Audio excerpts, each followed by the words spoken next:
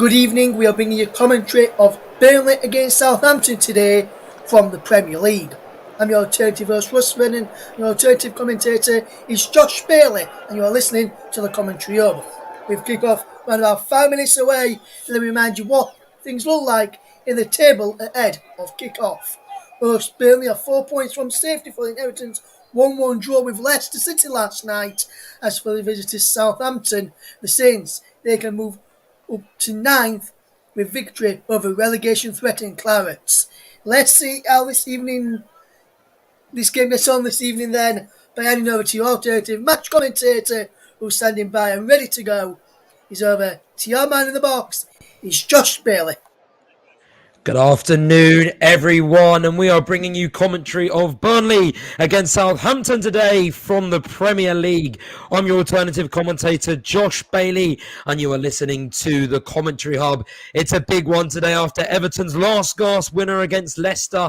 It now means the gap has extended to 4 points at the bottom, so this is a must-win for Burnley. The teams, as they approach the pitch then, are as followed. It's Nick Pope in goal with Connor Robertson, Charlie Taylor as the fullback. It's a rare appearance for Connor Roberts. His last appearance came against Everton in the win, their last win in the 3-2. It's a Nathan Collins and Jane Tarsoxi as the two centre-backs. It's two wingers of Dwight McNeil and Maxwell Cornet with the two midfielders of Josh Brownhill and Jack Cork. And then it's two up front. It's Wout Weghorst and Jay Rodriguez. Wout Weghorst getting on the score sheet, of course, against West Ham, and what was a crucial point in the first game without Sean Dyche. For Southampton then, well, it's only one change. It's Fraser Foster who starts in goal. No surprise there due to Alan McCarthy's injury and also the exceptional performance from Foster last week against Arsenal. It's then Jan Valery Lyenko and Jan Bednarak as the three defenders. It's Kyle Walker-Peters and Roman Perud as the two wing-backs. James Ward-Prowse and Oriol Romeo line up as the two midfielders. It's then Stuart Armstrong and Mohamed Elyounoussi as the two wingers in behind Armando Broja, who continues up front. So as I said then today, it is an absolutely huge game. Burnley, they can't afford to drop points. They need to win everywhere they can today. As for Southampton, well, they currently sit 13th in the league, 39 points, so they should be safe. It's been a pretty up and down season for Southampton, though they only require 4 points from their final 6 matches to equal last season's final Premier League points of 43. You'd expect them to do that with about 6 games remaining. And for Burnley then, well, it's their first home game without Sean Dyche as manager since October 2012. It was a 1-0 win v Blackpool that day under caretaker Terry Pashley. It was caught by surprise that when the news broke in that morning that Sean Dyche would no longer be continuing as Burnley manager. It caught many Burnley fans surprised. It caught many neutrals by surprise. It's a time of change here at Burnley, who are in the claret and blue, while Southampton line up in their away kit. They line up in the yellow and a bit of darker blue than the light blue that Burnley normally carry. And this is a very, as I said, a very, very big game. You've really got to feel Burnley have to win today if they have any chance of survival. Lose today, and they'll be 4 points behind Everton, and Everton will have that game in hand, and that could be all but it for Burnley and their long stay in the Premier League. And Armando Broja then, he's Southampton's top scorer this season with 9 goals in all competitions. However, he hasn't scored in a very long time. His last goal was in the 11th of January versus Brentford. Don't know what's happened to him since after Christmas, but he'll be looking to recapture that form, especially the form that saw Southampton beat Arsenal 1-0 in what is the ever unpredictable Premier League, because just the week before that, Southampton lost to Chelsea 6-0, and then Arsenal, as you all probably know, then went on to beat Chelsea yesterday in what was an enthralling counter 3-2. And it is Mike Jackson in the Burnley dugout today then. He is the other face. He's managed Shrewsbury and Tranmere before as caretaker manager positions, and is another caretaker manager position with him. And he has a familiar face with him. Next to him in the dugout is Ben Mee. Yes, the Burnley centre-back. He is currently injured and he's not expected to be back till May, so he might be out till the end of the season. And they actually guided Burnley to a spirited 1-1 draw, and it could have actually They could have actually made it 2-0 before the half-time because Maxwell Cornet, he was brought down for a penalty, but then he missed it, blazed it wide, nowhere near the keeper, nowhere near the goal. And that could have been a very crucial 3 points drop, but they got the point nonetheless. And we are underway at Turf Moor. The commentary services bringing you commentary at Turf Moor. And it's now James Ward-Prowse on the ball, and he's played it out wide to Kyle Walker-Peters in that ever-overlapping role. He's going to try and take a Josh Taylor in. He whips it, but it's high and wide, and he goes out for a goal quick kick. No trouble for Nick Pope. And Kyle Walker-Peters, well, you know, he left Tottenham a couple of years ago, and he's really made life his own here at Southampton. He's really settled in well, as you expect him to. And he got that first England call-up. And now we've got a break in here. Wout Weghorst running in behind, but it's met with Fraser Foster, who clears it out for a throw, and it was a ball over the top from the fullback, from the fullback. Roberts it was, yes, sorry, Roberts from Wales. He's not had a very up and down season so far. He joined Burnley from his home team. Swansea, I think it might have been, or maybe Cardiff, I'm not too sure. It's one of the teams in Wales. And then he had pneumonia actually when he joined Burnley. So it's been very up and down, but he's finally his feet in the team, and we'll see how he does today. But at the moment, it's just in Southampton's half at the moment. Burnley, they just control the ball. They probably look to control it a bit, but they need a fast start, need to catch Southampton napping, and it's cleared away. But only as far as James Ward-Prowse, who's given it to Romeo, who's battling away in the midfield from Wout Weghorst. He's being hustled by Dwight McNeil, and he tries to go to the chip shot just in front of him. You saw Mohamed El Elyounoussi, but it's gone out for a throw-in. Romeo, who's been a regular with Southampton. He's been there since 2015 now, from the days of Barcelona and Chelsea, long behind him. His contract is up within 18 months, maybe a bit less than that now. But he did say a month ago that he does feel Southampton is his home. He's found life really well, a consistent player, one that maybe goes under the radar when you're talking about the best midfielders in the league, especially when you've got someone like James Ward-Prowse next to him. But he does a consistent job, and that's Kyle Walker-Peters flicks on the ball from Fraser Forster over him, which is a bit too much for him. But Southampton have won the ball back, but Burnley have won it back, and then Romeo getting his foot in. But Wout Weghorst has done well here on the left-hand side, and now it's Taylor looking to get the cross. He's been brought down. Good defending there. Getting across was Jan Valery. And now it's going to be a throw-in for Burnley. Taylor to take that throw-in. And now it's gone back out for a throw, and he tried to find Maxwell Cornet with a little quick throw, though Jan Valery was wise to it, and he's cleared that out. And Maxwell Cornet, who did miss that crucial penalty at West Ham last week. He's been a breath of fresh air, you'd say, around Burnley. I think all Burnley fans take it to it. Something different to what they're not normally used to. Maybe a bit similar to Dwight McNeil in terms of his speed, in terms of his trickery. However, he's got a bit more finishing product than Dwight McNeil, who Dwight McNeil has actually he hasn't scored in 40 Premier League appearances this year, and he actually has had the most shots in the league without a goal. He's had, I'm trying to look here. He's had 30, here it is, Dwight McNeil. He's had lead high 33 shots without scoring this season, an incredible amount. He's really missed that finishing touch, so it's evaded him this year, something that he did have last year, but I don't know why he seems to have lost his confidence in front of us. No goal in 40 Premier League appearances, and actually linked with a lineup to Fulham. Maybe Fulham apparently lining up a move, it was rumoured the other day. Let's see if that goes ahead, especially if Burnley get relegated. And we're in Burnley's half again here. Burnley just controlling the ball in the claret and blue shirts. Gone all the way back to James Tarkowski. He's going to go out to Collins, Nathan Collins, who's found a regular at home in this team and also in the Ireland team as well. But they've given a loose ball here. Let's see what we can do. It's come out to Rama in their own half. He's going to go for a pass, and Elyounoussi dancing away. And then it's Jack Cork who's going to look to play the ball forward, but I don't know who it was. I think it was Dwight McNeil who got in the way, and he's given the ball straight back to Southampton here, and it's come out to Kyle Walker-Peters on the right-hand side. James Ward-Prowse whips in a ball, dealt with well by James Tarkowski, didn't get any further than him. It's down to Maxwell Cornet, who tried to take it around Jan Valery, but couldn't get past him. Kyle Walker-Peters has kept it in really well. Now he drives forward on the right-hand side. The Wout Weghorst tracking back brilliantly, tried to nick that ball away from him, but still Kyle Walker-Peters has got the ball, but then it was against 2 against 1. Taylor nicked it off him, but then he's tried to get a flick away. It's come off Taylor after bouncing off Kyle Walker-Peters, and we've got a throw in for Southampton near the right-hand corner flag. It's going to be Kyle Walker-Peters. That takes that from him. It was a good little move there from Southampton. It was the loose ball from Burnley. Romero picked it up well. Maybe looked like he was going to go for James Ward-Prowse, who was next to him on the right, tried to force it through to Broha.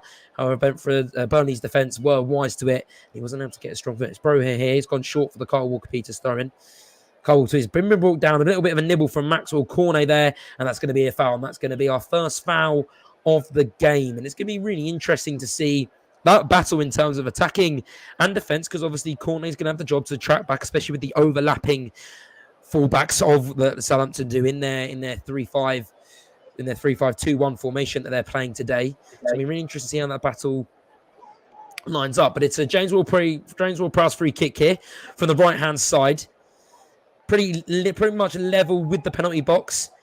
And he's going to whip it in here. 38.5 set piece percentage from goal, and it's a cross in. But Burnley are normally really good from set pieces. Jamie McCluskey clears it away. Then Nathan Collins gets the second.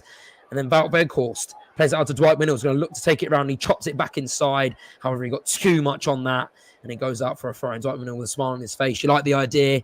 He likes the idea. But however, it wasn't the right execution. With a new look for Dwight Minnell, actually. A bit of a shaved head. We normally used to his quiff that he normally has. But he's gone for the shaved head today. And it's going to be Paredo then that takes the throw in for Southampton just inside the Southampton half. See where he can go. And as other fixtures then for today, well, there's no fixtures in the Premier League. We've got 3 fixtures in the La Liga, but we've got a chance here. It's Kyle Walker-Peters sprayed out wide to the right. He got a little bit of time. We're going to try and take Nathan Collins in. Cuts to the right side. Touch gets away from him, and he shoots and he blazes over. Good defending there. He's closed down pretty quickly. Had a bit more time than maybe Michael Jackson would have liked, but in the end, the shot didn't trouble Nick Pope as he goes across. And it was a great ball spraying from Elanusi from the left to the right. He had a lot of time. First touch was really good. Let it bounce. Tries to take on Taylor. Cuts inside. Had a bit more time. Not great defending from Taylor. Showed him the inside, but his shot was high and wide. And probably scared a few Burnley fans about who it was going to hit in the crowd there. But as I was saying then, the other games on today, then it's the La Liga. We've got Espanyol, Ravelenko, Levante, Sevilla, and Cadiz and Atletico Bilbao. I'll bring the score shortly, but it's a Southampton free kick here, whipped in by James Ward-Prowse. A free header for Romeo, and that was really close. It was a free header, and it was a whisker wide from the right-hand post. Had Nick Pope planted, praying that it was going to go wide, and in the end it did. It was Romeo who was given a free run in from the edge of the box, all the way into it. The ball came in. He was round about the penalty area where he got the header away. Not a body around him, and that is inches wide. He probably should do it being a little bit better. He, didn't have to generate any of the power running onto it. Maybe a little bit difficult to control. The free header from 12 yards out, Romeo, number 6, should be doing a lot better in there. And it's his 31st start in Southampton's 33 games. He's been a tank in midfield. He's been consistent in terms of performances and injuries. And now it's Burnley, and it's a short pass, a really ball pass from Charlie Taylor, and Broho's got a little bit in. He plays it inside. It's gone out wide here to James Ward-Prowse, who tries to curl it. Seconds for Elanusi there, tried to get the shot off, but it's blocked. He didn't get right connection. It's come out to Elanusi on the right-hand side. Plays a short pass to Romeo on just outside, just behind him on the outside of the area. Elanusi trying to maybe cut inside, and now they're going to recycle again. It was a really poor pass from Taylor. Sent Broher in. Lucky had Nathan Collins on the cover, was able to shepherd him out onto the right-hand side. He then looked like he was going to go cut inside and go for the shot, but he passed it really well to Elanusi, who then came across. He got the shot, and then he passed to James Ward-Prowse, who tried to go a curling shot from the left-hand side into the right-hand corner. It was blocked. Elanusi got second bite of the cherry, but he couldn't get the right connection with Taylor in his face. And Burnley, they come away unscathed there, but you can't give chances like that. So it wasn't James Ward-Prowse, it was Armstrong that got the shot, number 17. My apologies, but either way, Burnley come away unharmed, but just. And Charlie Taylor, he can't be making those mistakes at all. And he's been a regular in midfield, obviously joined from Leeds a few years back, Charlie Taylor, after his days in the Championship. He's been a regular for Burnley, especially this season. He's been okay. It's 5 shots early on for Southampton, not even reached 10 minutes. But now Burnley are going to draw a little bit of possession. And he tried to play into the feet of Wout Weghorst there, who was just outside the penalty area, but it's well read by Romeo, and then takes it out for a throw-in. And yes, going back on those scores there, well, in the Spanish, in the Liga, we've got Espanyol in the 94th minute, who look like they're going to fall to defeat to Rayo Vallecano. We've got Levante, who, again, the 96th minute, in a really good game there, but look like they're going to fall to defeat to Sevilla 3-2. And then Cadiz just coming to half-time then, but they are 3-0 down to Atletico Bilbao. That's an absolute trolloping, isn't it? And then got Real Sociedad and Barcelona on a half-8. Barcelona dealing with that Europa League exit last week at the hands of Frankfurt. Things looking up and down for Barcelona so far in the Liga. Some days there's sunshine, some days there's rain. But it's now out for Southampton throwing. Burnley enjoying a little bit of possession. But in the end, they were shepherded out by Weghorst got challenged down. And what will Michael Jackson be thinking? It's not been the boisterous start like they enjoyed at West Ham last week. Played a really good first half, played a really good 90 minutes, to be greatly honest with you. But Southampton, they've played really good football so far. Kyle Walker's getting a lot of space on that right-hand side, more than what he wanted. And Charlie Taylor's really got to do it. And that's come off Kyle Walker-Peters. Certainly a Nusi, but he was offside. And he's really getting up, probably getting up more than his left back, than his fellow left wing back, Perud. On that left-hand side, Kyle Walker-Peters playing a little bit of a lopsided defence so far. And it's going to be Nick Pope. He's going to take the quick free kick and he plays it forward, aiming for Maxwell Cornet on the left-hand side. But Jan Valery getting up high and strong and dealing with that really, really well. And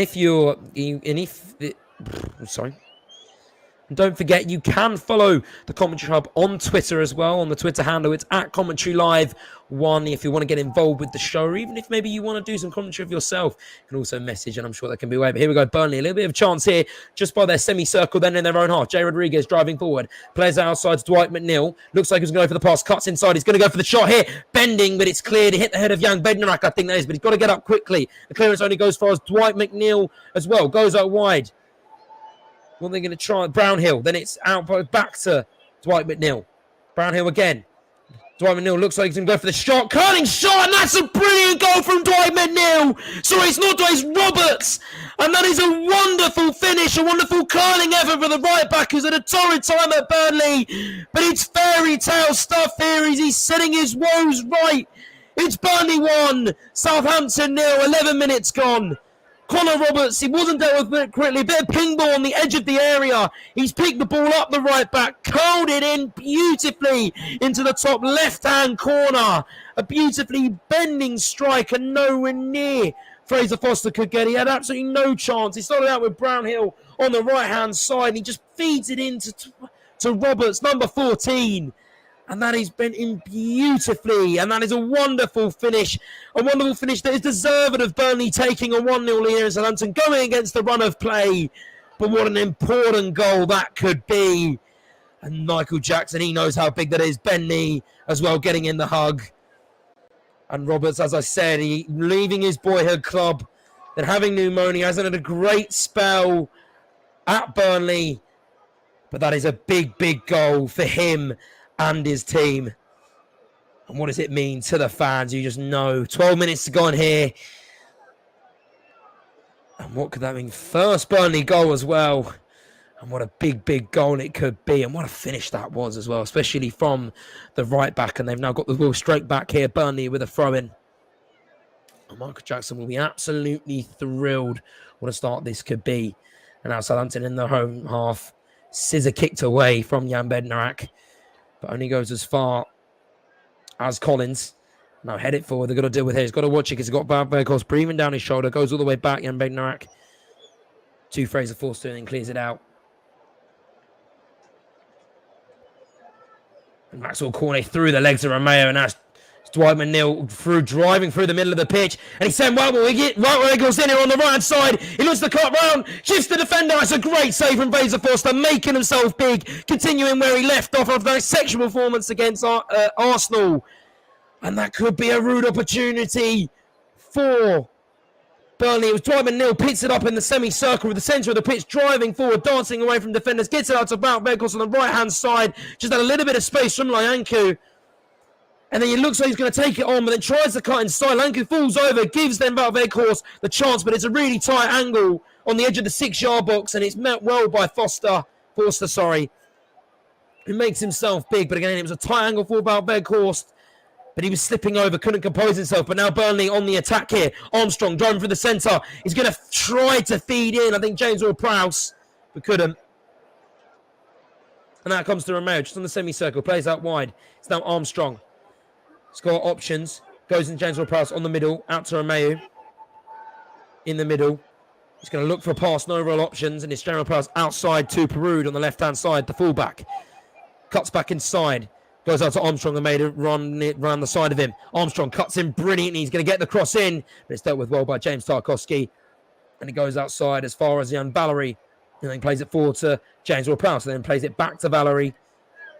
And Valery driving forward a little bit, but then he's turned around and given it to James Ward-Prowse on his right. Romeo plays it to the middle to Armstrong. Cuts back inside. The ball got away from them and it's cleared away by Brownhill. And then it's Lion back and they've played it over the top here. Charlie Taylor's got to deal with this well. Cole Walker-Peters wasn't behind him and is offside in the end. That's going to be a free kick to Southampton. A little bit of possession there for Southampton. I mean, they've dominated the game. They dominated the opening 10 minutes before that wonderful Roberts strike against the run of play, but Burnley won't care. It's a crucial goal, and it's a goal that sees them go within 1 point of Everton now. But remember, after this game tonight, Everton will have a game in hand on the rest of the team. And it is pretty much between Burnley and Everton now for that final spot. You think Leeds, they're pretty far out in front now. 33 points, that's 5 points. And especially with Burnley, who are going to have the game in hand. So you feel like Leeds are safe, so it is between Burnley and Everton for that final relegation spot, and Burnley doing all they can so far to make sure it isn't them, or try their hardest to make sure it isn't them. And they got the ball back here in their own half. Charlie Taylor driving forward. James Ward-Prowse on him. Valerie's come out to meet him as well. Tries to get the cross in. It's blocked, and it goes to Kyle Walker-Peters, who turns Cole back there in great fashion. And he's got Romeo in front of him. He takes it in his stride, but he's lost the ball. Cork collects it, plays it out wide to Roberts, then sees a run from Dwight McNeil on the right-hand side, just outside the edge of his box. Going to cross it in. Maybe look for the shot. Does cross it in. It's Valvegos to the back post. Leaning over. Oh, it's crossed away, and it might fall to Roberts again. It's Valvegos, but it's a wonderful save, and Forster comes with Jay Rodriguez again. Pinball in the middle, but it's cleared away by Southampton. And that could have been so easily 2-0 to Burnley. The cross came in from Dwight McNeil on the right-hand side. It was about Beghorst, who rose highest, but he didn't get enough contact in. Played it into the middle, but it's now Maxwell Cornet who's broken inside on the left-hand side. He's onside. He's got a bit of kind of crossed in from about Beghorst and made a run across the face of goal on the near-hand post. But it was cleared away. It was a poor cross, and now it comes out to Burnley again. It comes out to Taylor, he's taking on his men. It's Maxwell Cornet just on the edge of his box on the left-hand side. Crosses that ball in, but it's cleared away. Romero's going to try and keep it in. Will he be successful? Charlie Taylor's going to see out and make sure it doesn't go in, but actually took a deflection off Charlie Taylor. But what a great save that was from Forster there. As I said, the crossing came in from Dwight McNeil, and then Rowe came out to Bout Beghorst, who played it back into the middle. It was a poor cross from Ryanko, and it came out to Roberts, who managed to keep it in play. Went out to Bout Beghorst through about 6 yards out. Had the opportunity, but it was a really, really good save from Fraser Forster, and then Jay Rodriguez got a bite of the cherry, and it was blocked in the end. But Forster picking up where he left off. His manager praised him as an exceptional Arsenal performance after McCarthy's injured and replacing him in net.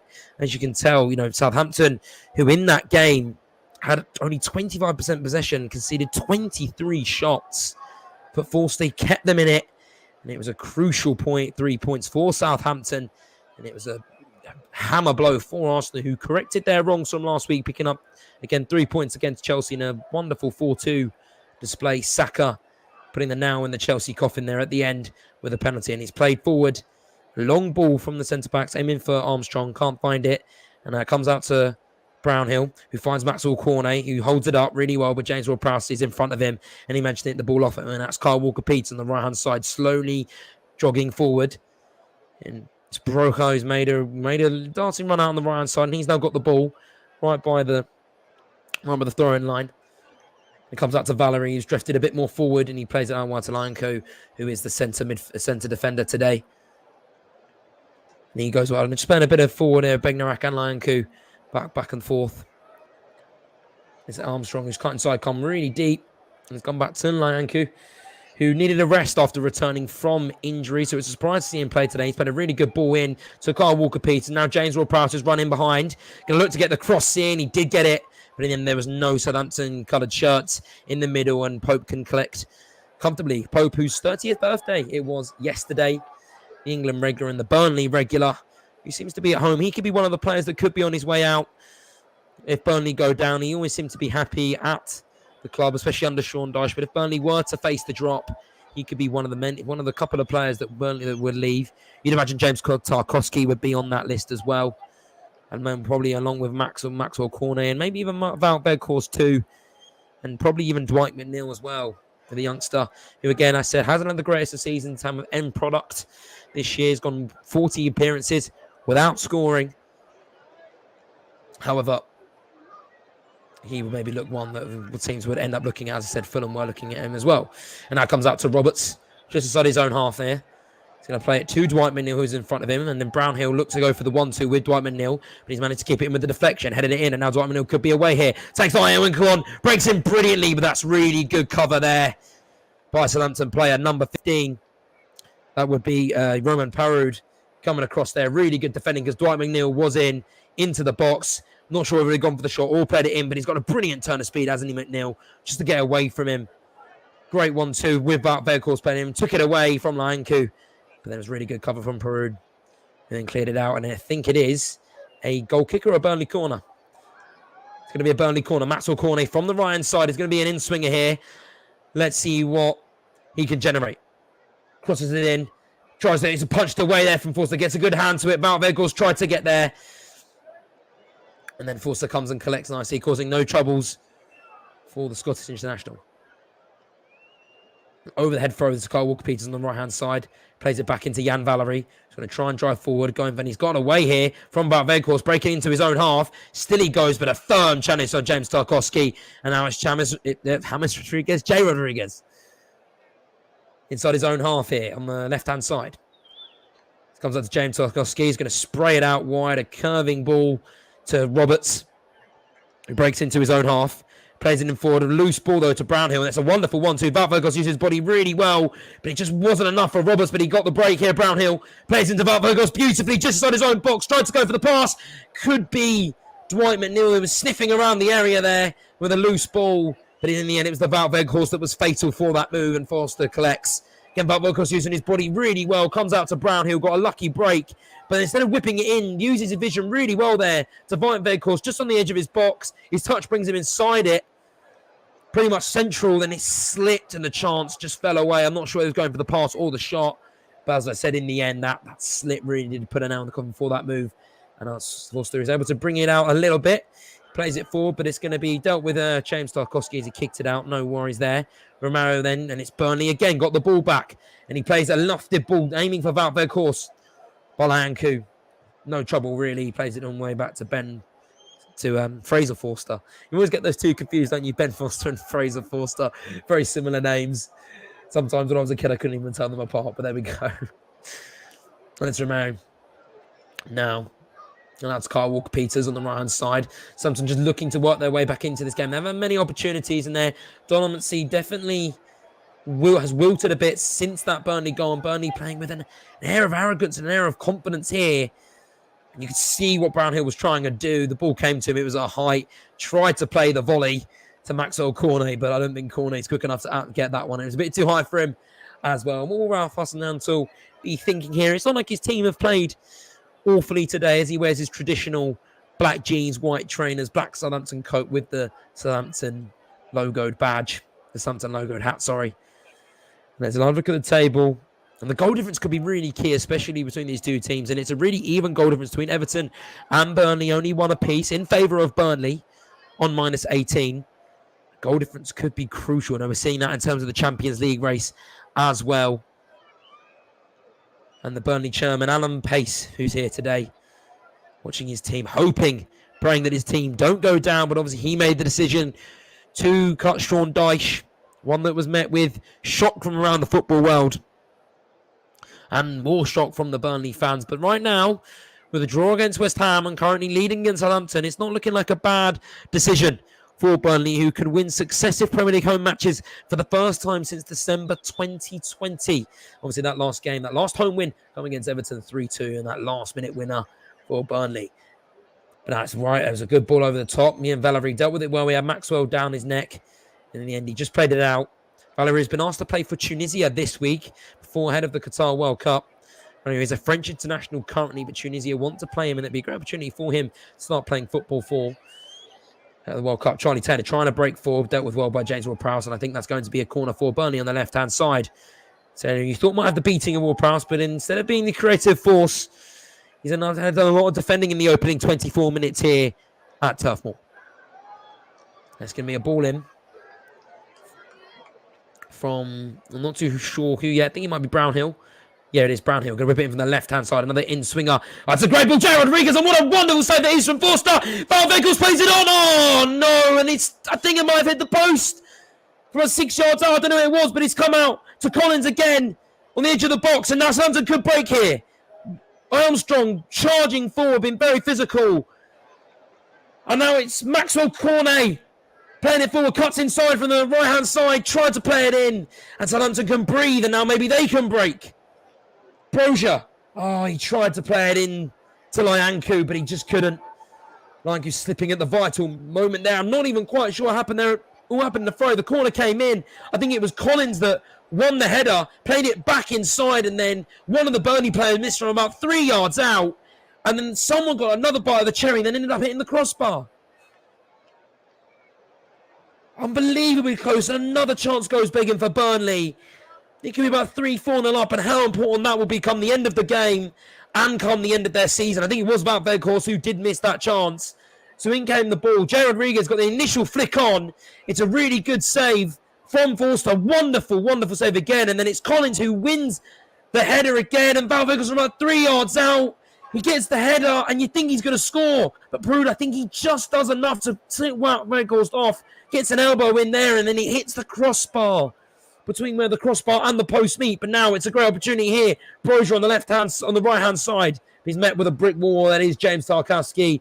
And that's the Burnley move ends there. And now Valerie picks the ball up, plays it forwards James Ward-Prowse, who plays a short one, lacking pace, to Brood. Picks it back up, goes to Armstrong. Now it's Romeo, centre of the pitch. James Ward-Prowse on the right-hand side. Plays it outside to Kyle Walker-Peters, who's going to cross the ball in, aiming for Elyounoussi. Couldn't find him. Dealt with really well there by Roberts. And then his clearance is then going to go up for a Southampton throw-in by the corner flag on the left-hand side. Roberts, whose goal currently separates the two teams, but there have been a plethora of chances that have been denied at the hands of Fraser Forster, who's having an absolute incredible game. Some point-blank range saves from both from him today, much like the game against Arsenal last week. It's going to be a throw-in. Peru about 10 yards from the corner flag on the left-hand side. Peru aiming for Brozier, but it's dealt with well by Collins. It comes out to Elyounoussi. Sorry, Brozier. And then James Ward-Prowse on the edge of his box on the corner. Tried to find the overlapping run for Peru, but it's dealt with well. Now they can break here. Dwight McNeil into the feet of Wout Weghorst. Dwight McNeil then playing a ball over the top, and it's Maxwell Cornet who might have been in, but it's met by Fraser Forster, who then could be playing in. Brozier here, it's a great first touch, and maybe a little bit loose. And then Nick Pope, because it came off a Burnley player, decides to not pick it up in case there's a risk and ends up clearing it out for a throw-in. What a game of his life Forster's having here yet again. So many saves. Gosh, your mind back to the Saka save he had again from point-blank range. And he's denied Jay Rodriguez. But then Wout Weghorst, he should be doing better from 3 yards out. And now Southampton in their own half. Just trying to control the game, trying to settle the nerves. Comes out to Peru on the left-hand side. Now it's Romeo in the middle. Peru on the left-hand side again here. Just playing it around. And we'll just go back to the scores then currently. It ended the full time of Espanyol and Ravelenko. 1-2 Ravelenko. Sevilla beating Levante 3-2. And 51 minutes in then. It's Atletico Bilbao 3. Cadiz 0. Now comes up Peru on the left-hand side. Just passing it around here. Southampton trying to calm the nerves, as I've said. Trying to just break this Burnley wall down. That's not how you're going to do it. A really loose pass aiming for Brozier. There's no way he's quick, but he's not that quick. What are they going to do here? Southampton backs against the wall. And if you want to visit our Facebook page as well, the best way to do it is the Commentary Hub. Go to facebook.com/the Commentary Hub. That's a /, not a backslash. And it shows you how much the shots have changed. It was 8 minutes in where Southampton had 5 shots. And 20 minutes later, they haven't had a shot since. But however, Burnley have had 7. So it really is, this game has really flipped on its head from the opening 10 minutes at Turf Moor. It's a ball straight down the throat of the Burnley team from Nick Pope. And then comes out to Roberts. Plays an over-the-top ball, aiming to Wout Weghorst here for Jay Rodriguez. Comes to Maxwell Cornet, tries to cut inside, but it's against John Rodriguez again. Shot blocked, and he's gone out for a Burnley corner. Great move from Connor Roberts there. You thought the Valerie would have the seeing to it. Oh, it just bounced in front of... Oh, we got an offside. And it was offside. I think maybe it must have been against Maxwell Cornet or Jay Rodriguez. Let's have a look here. Yeah, but it looks like maybe not Jay Rodriguez. I'm not sure. It looked like that Lyanku was keeping them on. I'm not sure if the referee got that wrong, but it did look like Lyanku was keeping it on. However, the offside flag has gone up. Maxwell Cornet, he's going to be the man to make a difference. And Wout Weghorst as well, who has scored 2 of his 4 shots in Premier League away matches. He seems to be a prolific away from turf war. However, when he gets at home, he's failed with only 12. He's found with 12 efforts at home. So town of two sides to Wout Weghorst, the travel man, as we call it. Another travel man is Wout Weghorst, not Wout Weghorst, James Ward-Prowse as well. 6 goals from set pieces away from home. Where he seems to find that magic spark, he seems to be away from St Mary's as well. I'm talking of Armstrong. Plays it into the feet of Elyounoussi. Plays a short onto Broha, who's going to go for the shot. He had Peruda on his left-hand side. Gave Roberts the eyes, maybe tried to shift the right back away. Went for the shot instead, but he didn't fool the right back at all. And he got the block in well. Short one from Elyounoussi, just outside, central of the box. Got it short from Armstrong. They put it short to Broha. And it's going to be a ball here from Armstrong. In swinger from the left-hand side. He's gone short here. To Perude. Whips the ball in. Nick Pope's going to come to meet it. And he palms it away. And that will be another Southampton corner. Southampton upping the pressure here currently. Can they make it pay? Burnley are so typically good in the air with the tall, strong defenders like James Tarkowski. You know, the tall, strong striker like Wout Weghorst as well. And it's going to be James Ward-Prowse who steps over this from the right-hand side. He's been involved in 11 Premier League goals away from home this season as well. Whips it in, really good. Boris Romeo on another free header. And that's a no worse miss than the first chance he had. Again, dead on the penalty spot. Ball in, no Burnley player around him. And he sails it wide to the left-hand side.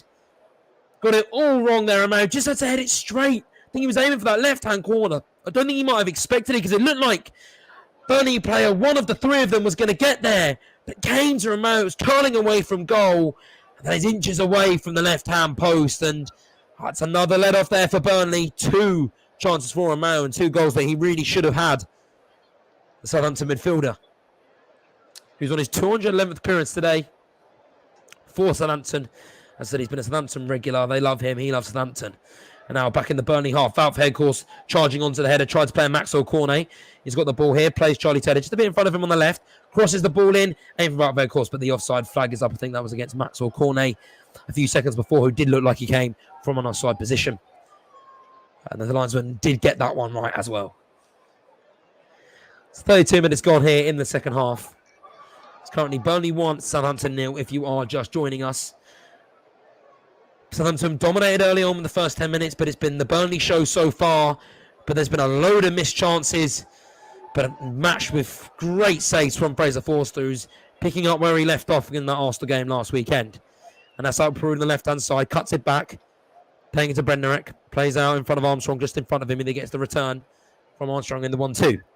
And that's from Mayo, just inside his own half, tries to play in Kyle Walker-Peters, but Charlie Taylor deals with that really well, headers it to Maxwell Cornet, just in front of him. And Maxwell Cornet shimmies Wainsworth passed away from that turn of speed. Now goes to Wout Weghorst, uses the body really well, then finds Maxwell Cornet, but it's really well read by Jan Valery, who just stood in front of Cornet, intercepting that ball, and it's going to be a Burnley throw just inside their own half on the right-hand side. Be interested to see what people would think of Wout Weghorst's form. He's been on and off, as I said, been better away from home than at home. But he just seems to do so much well, especially after they lost Chris Wood. He uses his body so well, holds the ball up beautifully. And that's gone to Roberts. Southampton applying the pressure here. It is a loose pass from Roberts. And that's really well done. I thought it was really well done from Bednarek.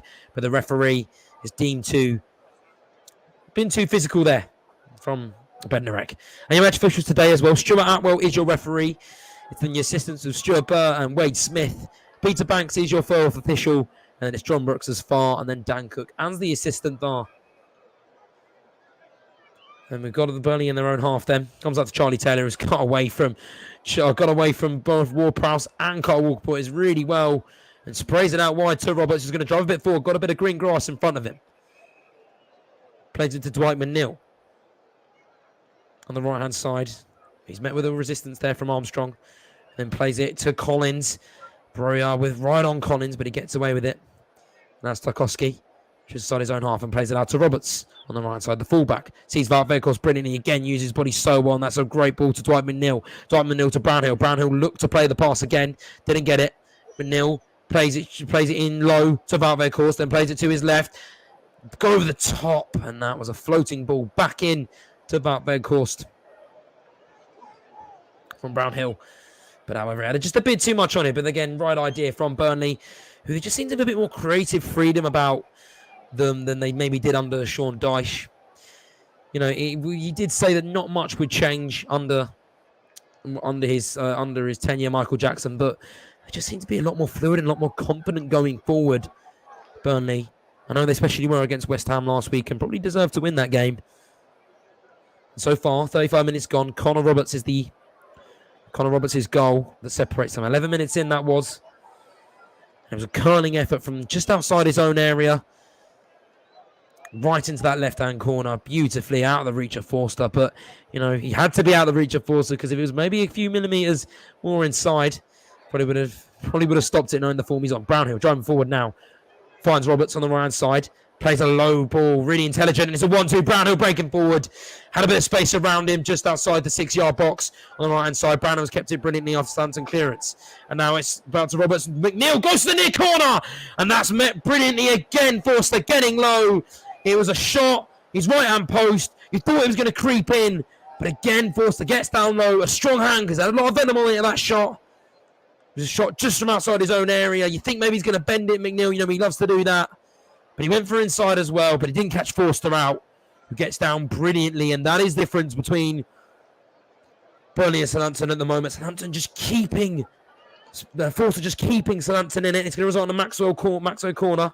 Crosses it in, tried to go for the near post, but it's cleared with well. Only as far as McNeil now. McNeil maybe going to go for the shot.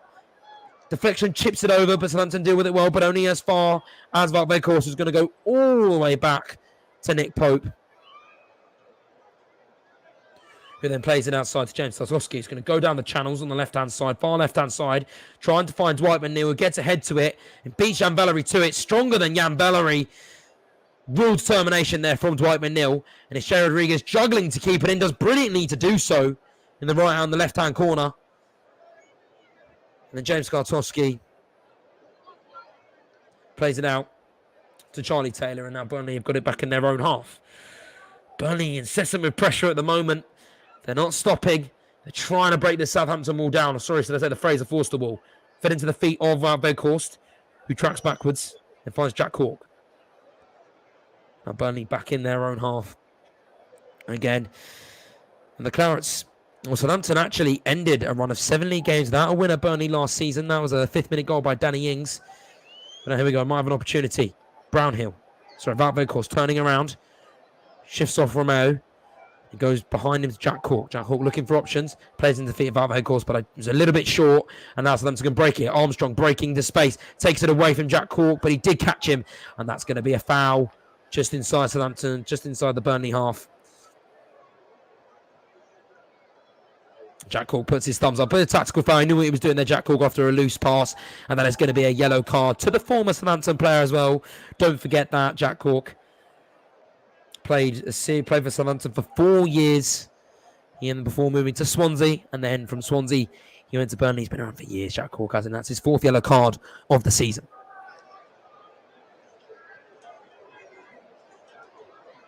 Let's see what James Ward-Prowse can do here. Plays it really clever there to Broha. Is he going to have the pace to get there? He does, but then he just didn't get his foot under it.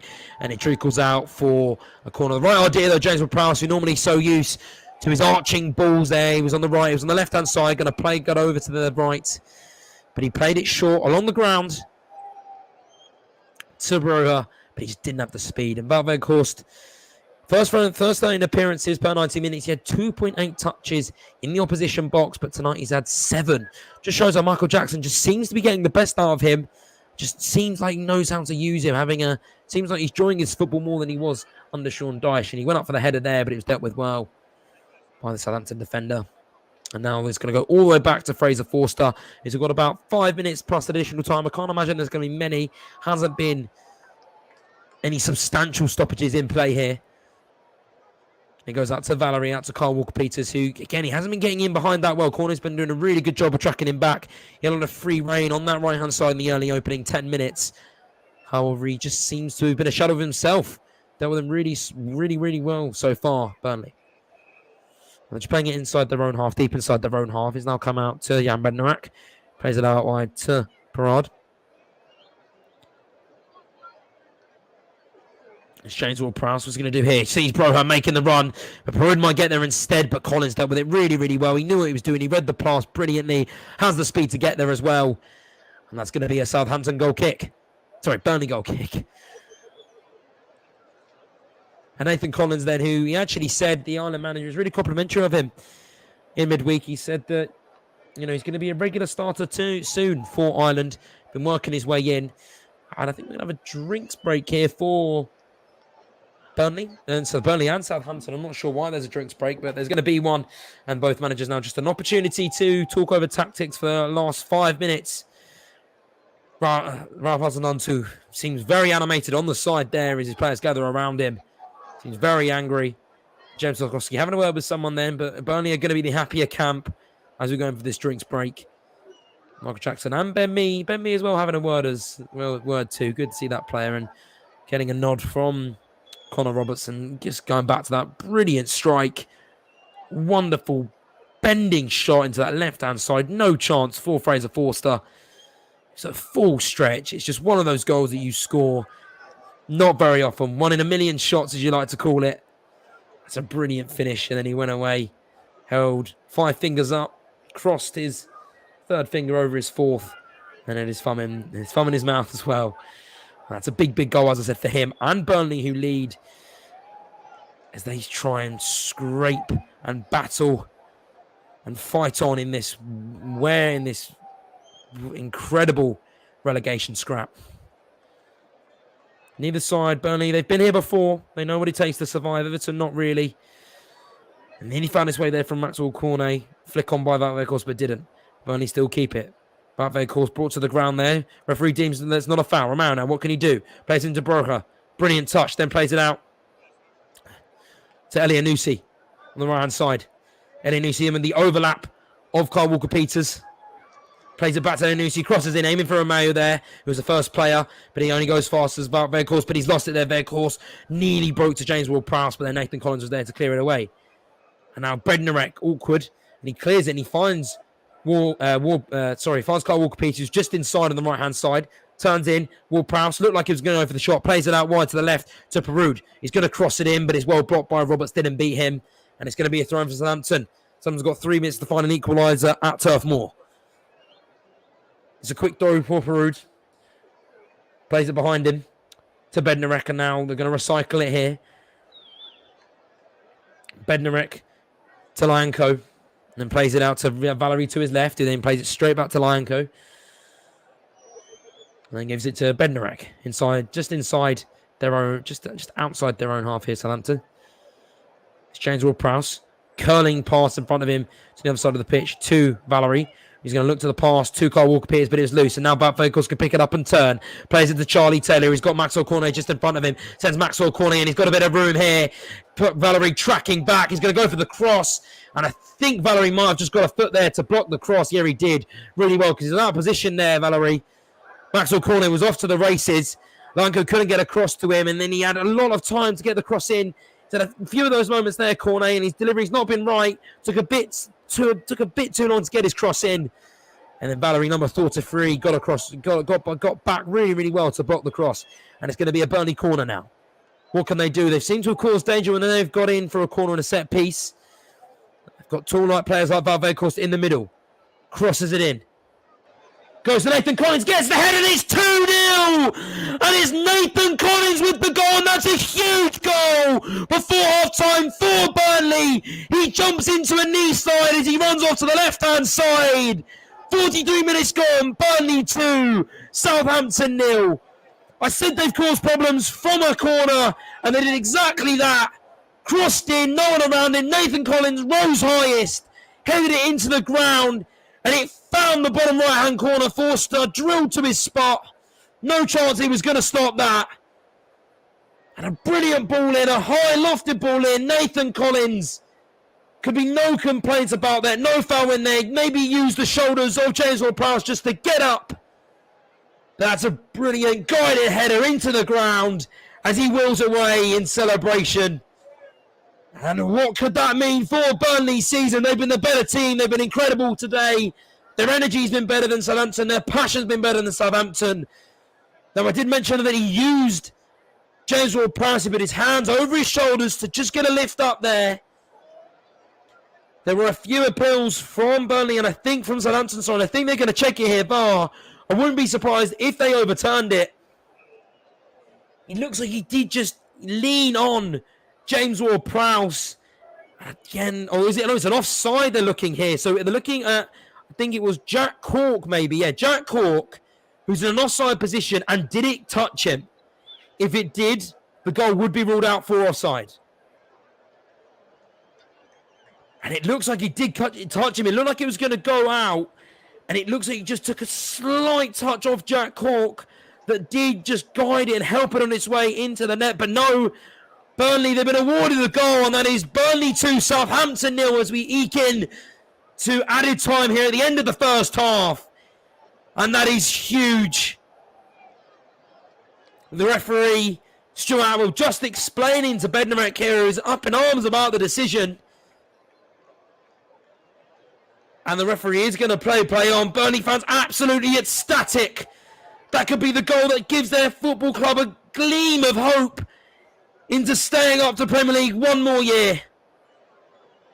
The hearts of thousands of Burnley fans riding on this game in the last two games of the season. And Nathan Collins could just be their saviour. He's the man that puts them 2-0 up. The Irish centre-back, the man that's come in to replace Ben Mee, who's on the coaching bench so far. And what a job he's doing and getting amongst the goals like Ben Mee would as well. And for Southampton, they don't have a great record against Burnley. And they're being condemned to misery here at the end of the second half. They've not been great. They were good in the opening 10 minutes. However, from that, Burnley, they've played an incredible tempo. One that Southampton haven't been able to live with. But that's not without Southampton's chances. Oriol Romeo guilty of missing two brilliant opportunities that he should have tucked away. Both corners from James Ward-Prowse on the right-hand side. Both free headers. Both ones that he should have got into the net either side of Nick Pope. However, they didn't trouble Pope. The England international went wide both times. And can they find enough? Can they find just one chance here at the end of this first half, Southampton? It's Broha trying to create something. Goes in for Walker. He's going to try and drive inside. Broha got in his way a little bit. Plays it out to Armstrong, who crosses it in. But it's dealt with well by James Kotowski. He's dealt with those really well. And now Gerard Rodriguez, he got it played it back to him by Maxwell Cornet, then tried to play it back to Cornet. However, the pass, which is a little bit heavy. 47 minutes and 30 seconds gone here. There was 2 minutes added on time. That goal, and obviously the VAR check as well. So we probably will see maybe one more minute added on. If my maths are correct. I'm not sure if they would be. And then it's going to be a Burnley throw in here. And that might be enough just to see Burnley out with a 2-goal lead into half-time. And that will be half-time here at Turf Moor. It's Burnley 2, Southampton 0. It was Connor Roberts with the goal that put Burnley out in front. A brilliant finish from just inside the area. It was a bending shot into the far left. Forster couldn't get to it. But that was the type of shot that they needed because Forster's been brilliant. He's kept Southampton in this game. And the players, they go into the tunnel, 2-0 up with loads of applause. They met with applause. Burnley fans extremely happy. They're heroes, they're warriors. The players, they've been tasked with trying to get Burnley survival. And it was then Nathan Collins with the header just before half-time. He rose high, tucked it into the bottom right-hand corner, headed it into the ground. And that means that Burnley go into half-time with a 2-0 lead. It's Burnley 2, Southampton 0. Thank you very much there to Josh Bailey, and we're back with Josh in time for the second half here on the commentary of the home of alternative commentary as we're bringing you this Premier League encounter as Burnley and Southampton do battle in the Premier League this evening.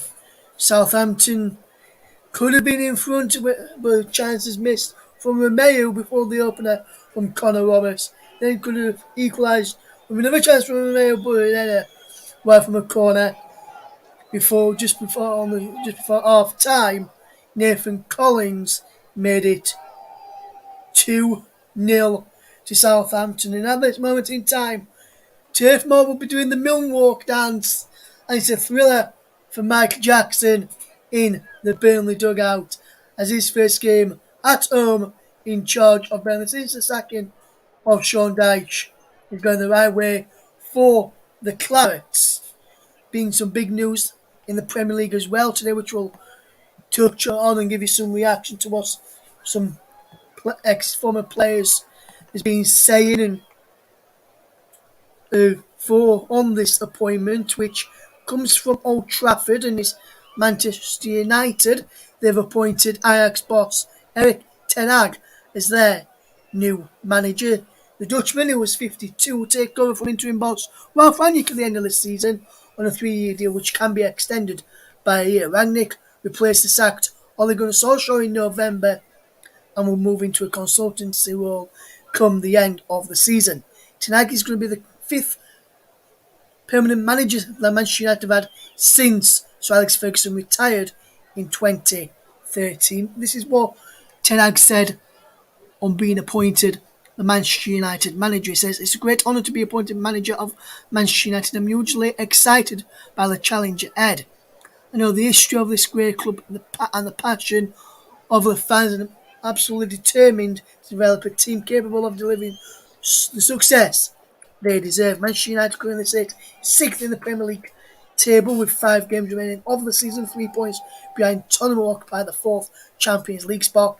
Ajax, where Ten Hag is at this moment in time, are currently top of the Dutch Eredivisie, 4 points clear of PSV Eindhoven with 5 matches left, although they lost to their rivals in the Dutch Cup final.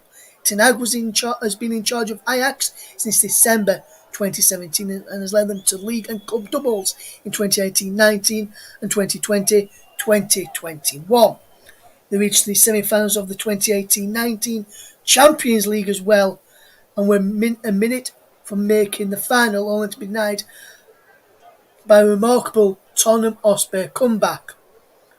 Man United's choice of managers is narrowed down to Ten Hag and former Tottenham boss, currently at PSG, Paris Saint-Germain, after Sevilla coach Julian Lopetegui had also been spoken to about the role.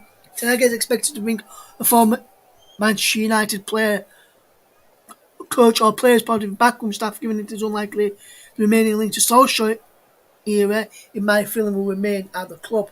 Ten Hag joined Ajax after 2.5 years at Utrecht, and he also previously coached Bayern's second team, where he worked with current Manchester City boss Pep Guardiola. Solskjaer was sacked following a 4-1 defeat to Watford, which left Manchester United 7th in the Premier League table. Since Rangnick took charge on December the 3rd, Manchester United have recorded 9 wins, 6 draws and 4 defeats in 19 league games.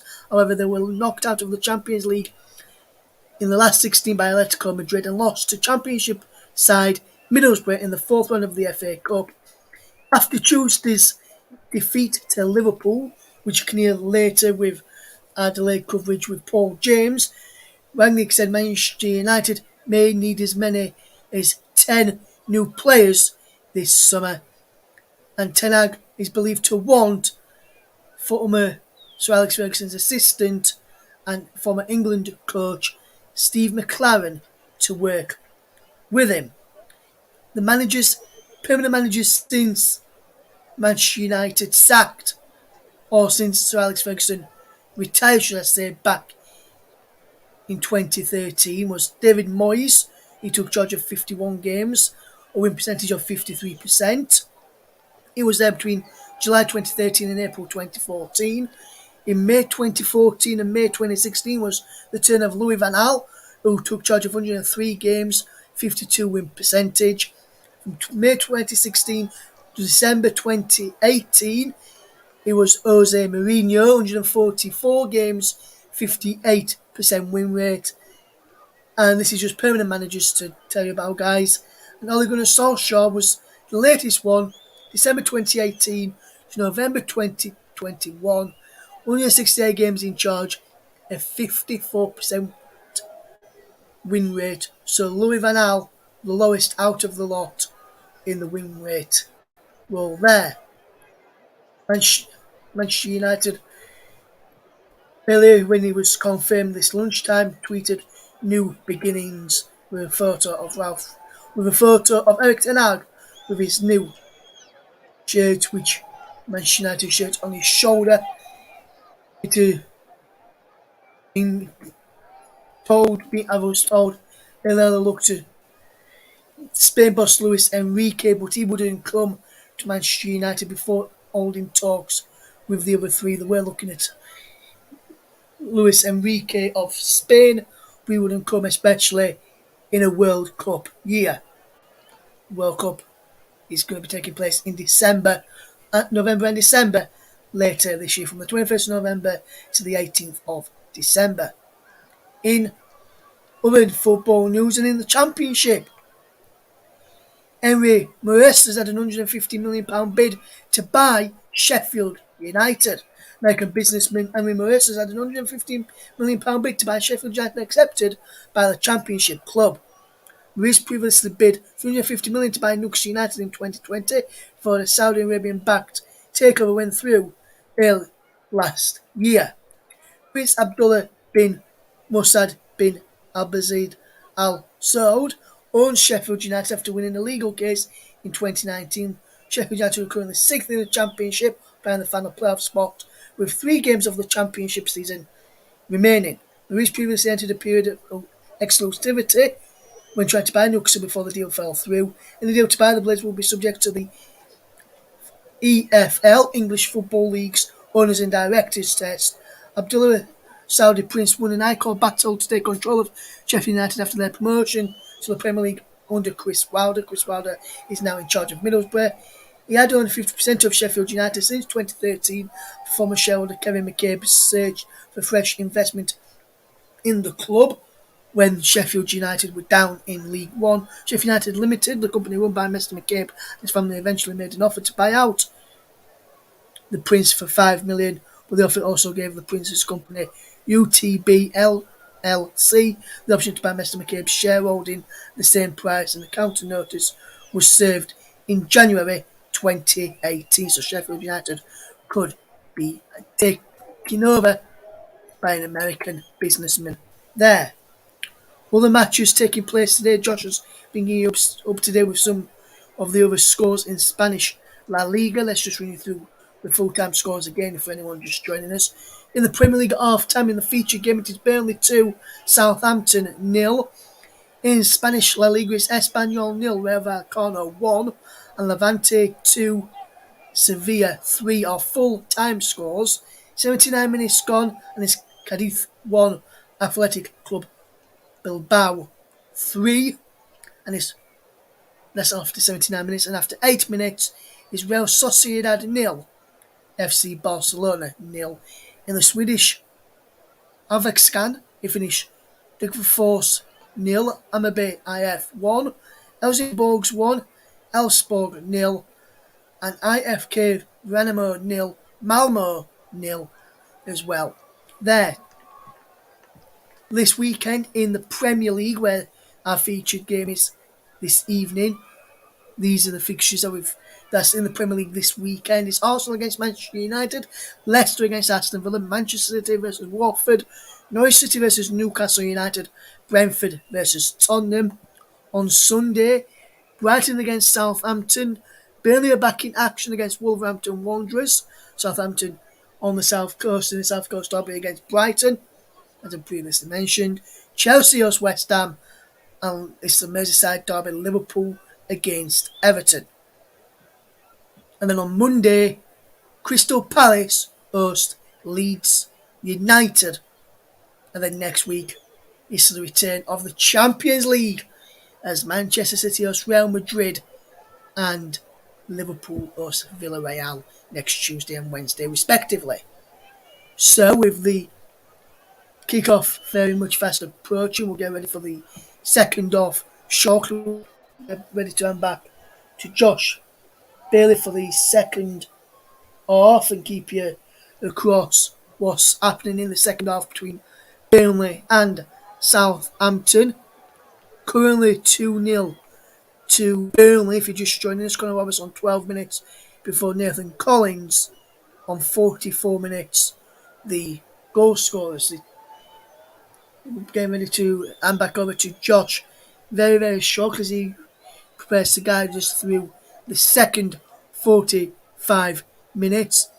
And just right on cue, we're getting ready to hand back over there. There's been a goal in La Liga and a red card in La Liga. Athletic Club Bilbao were currently leading Cadiz by 3-1 and now down to 10 men. Miguel Vegas Arutas sent off on 71 minutes. And in La Liga as well is Real Sociedad 0, FC Barcelona 1. That man from Arsenal man, Pierre-Emerick Aubameyang, with the goal on 11 minutes in that one. Aruti was sent off for Athletic Club Bilbao, put them 3-0 up on 33 minutes after Munyon on 22, and Raul Garcia Escoredo scored on 3 minutes in that game. Will keep you across how the other match,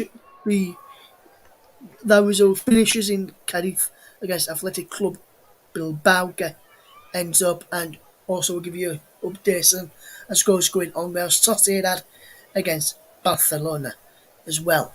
This evening we'll be getting ready to hand back to Josh very, very, very shortly. Can almost get ready for kick-off now. Burnley with this advantage move within a point of Everton and move 6 points above Watford, 7 points above Norwich, which remain bottom of the Premier League. Watford in 19th.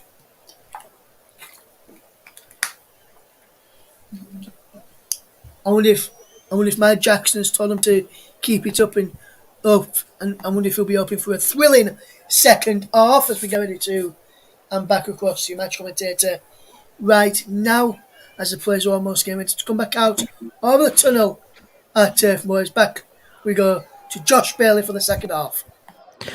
Welcome back, everybody, and what a big half we have in store here in a warm Turf Moor. The sun's out, really. It was out before we started kick-off, and because we go into dusk, it's a clear night, one we're not usually used to seeing in terms of Burnley. It's normally a rainy night in Burnley. That's the phrase we've become accustomed to when talking about the team. However, it's a new era at Burnley, and apparently it's new weather as well. As Ross said, it's 2-0 as we go into the second half. Then Nathan Collins with the goal that secured that double advantage for Burnley as they went into the dressing rooms at half-time. A towering header, heading the ball into the ground as it found its way into the right-hand corner. Now, there was disputes about whether the ball took a deflection off an offside Jack Cork. However, the VAR referee, who today is John Brooks, he decided that it wasn't offside, and it was offside, but it didn't take a deflection off of him. So the goal stood, and that could be a huge goal in terms of this match and in terms of Burnley's future in the Premier League. But it's all for Southampton to do in the second half. Then they dominated the opening 8 minutes of this affair, but then they sort of went into themselves. They sunk the South Coast team, and they really just weren't themselves. They weren't able to string any passes together, and the telling fact is the fact they had 5 shots in the first 8 minutes of this game. 20 minutes later, they hadn't had a single shot, and Burnley had 7. So let's see then as we get underway here. Valverde to kick the ball as a few subs are running across, getting off the pitch to make sure we have 11 men on either side of the pitch. And what a big half this could be for the future of Burnley Football Club. This game isn't as big for Southampton. They're already on 39 points. But they want to end the season strong after a really poor run of form from them. The Arsenal result, an anomaly of that, and they're hoping maybe to kickstart. And Burnley showing the front foot here, driving forward with Connor Roberts. Dwight McNeil lifts the ball in, tried to find Maxwell Cornet at the far post, but Carl Wilpers deals with it, heading backwards, been off balance, and it's out for a Burnley corner. Corner from that same side that they scored with. Obviously, they've swapped ends, but still on the left-hand side. They scored from the left-hand side before. Let's see what they can conjure up here. Nathan Collins, the goal scorer, trotting his way in, lined up behind James Koskowski. And Wout Weghorst along the centre spot. Crossing it in, Brownhill. Whipped in, Nathan Collins again. Oh, James Koskowski, that time. And it was a header, but he was leaning. And he couldn't get under it in the end. That sails wide over central of the crossbar. But again, they're causing a lot of issues on the corner. Southampton have really got to sort that out. And, Bout Faircourse had a free red header. Gerard Rodriguez had a free header. Nathan Collins had a free header, which he scored from. At that time, it was James Tarkowski. However, like I said, always leaning back, and that ball was always going over.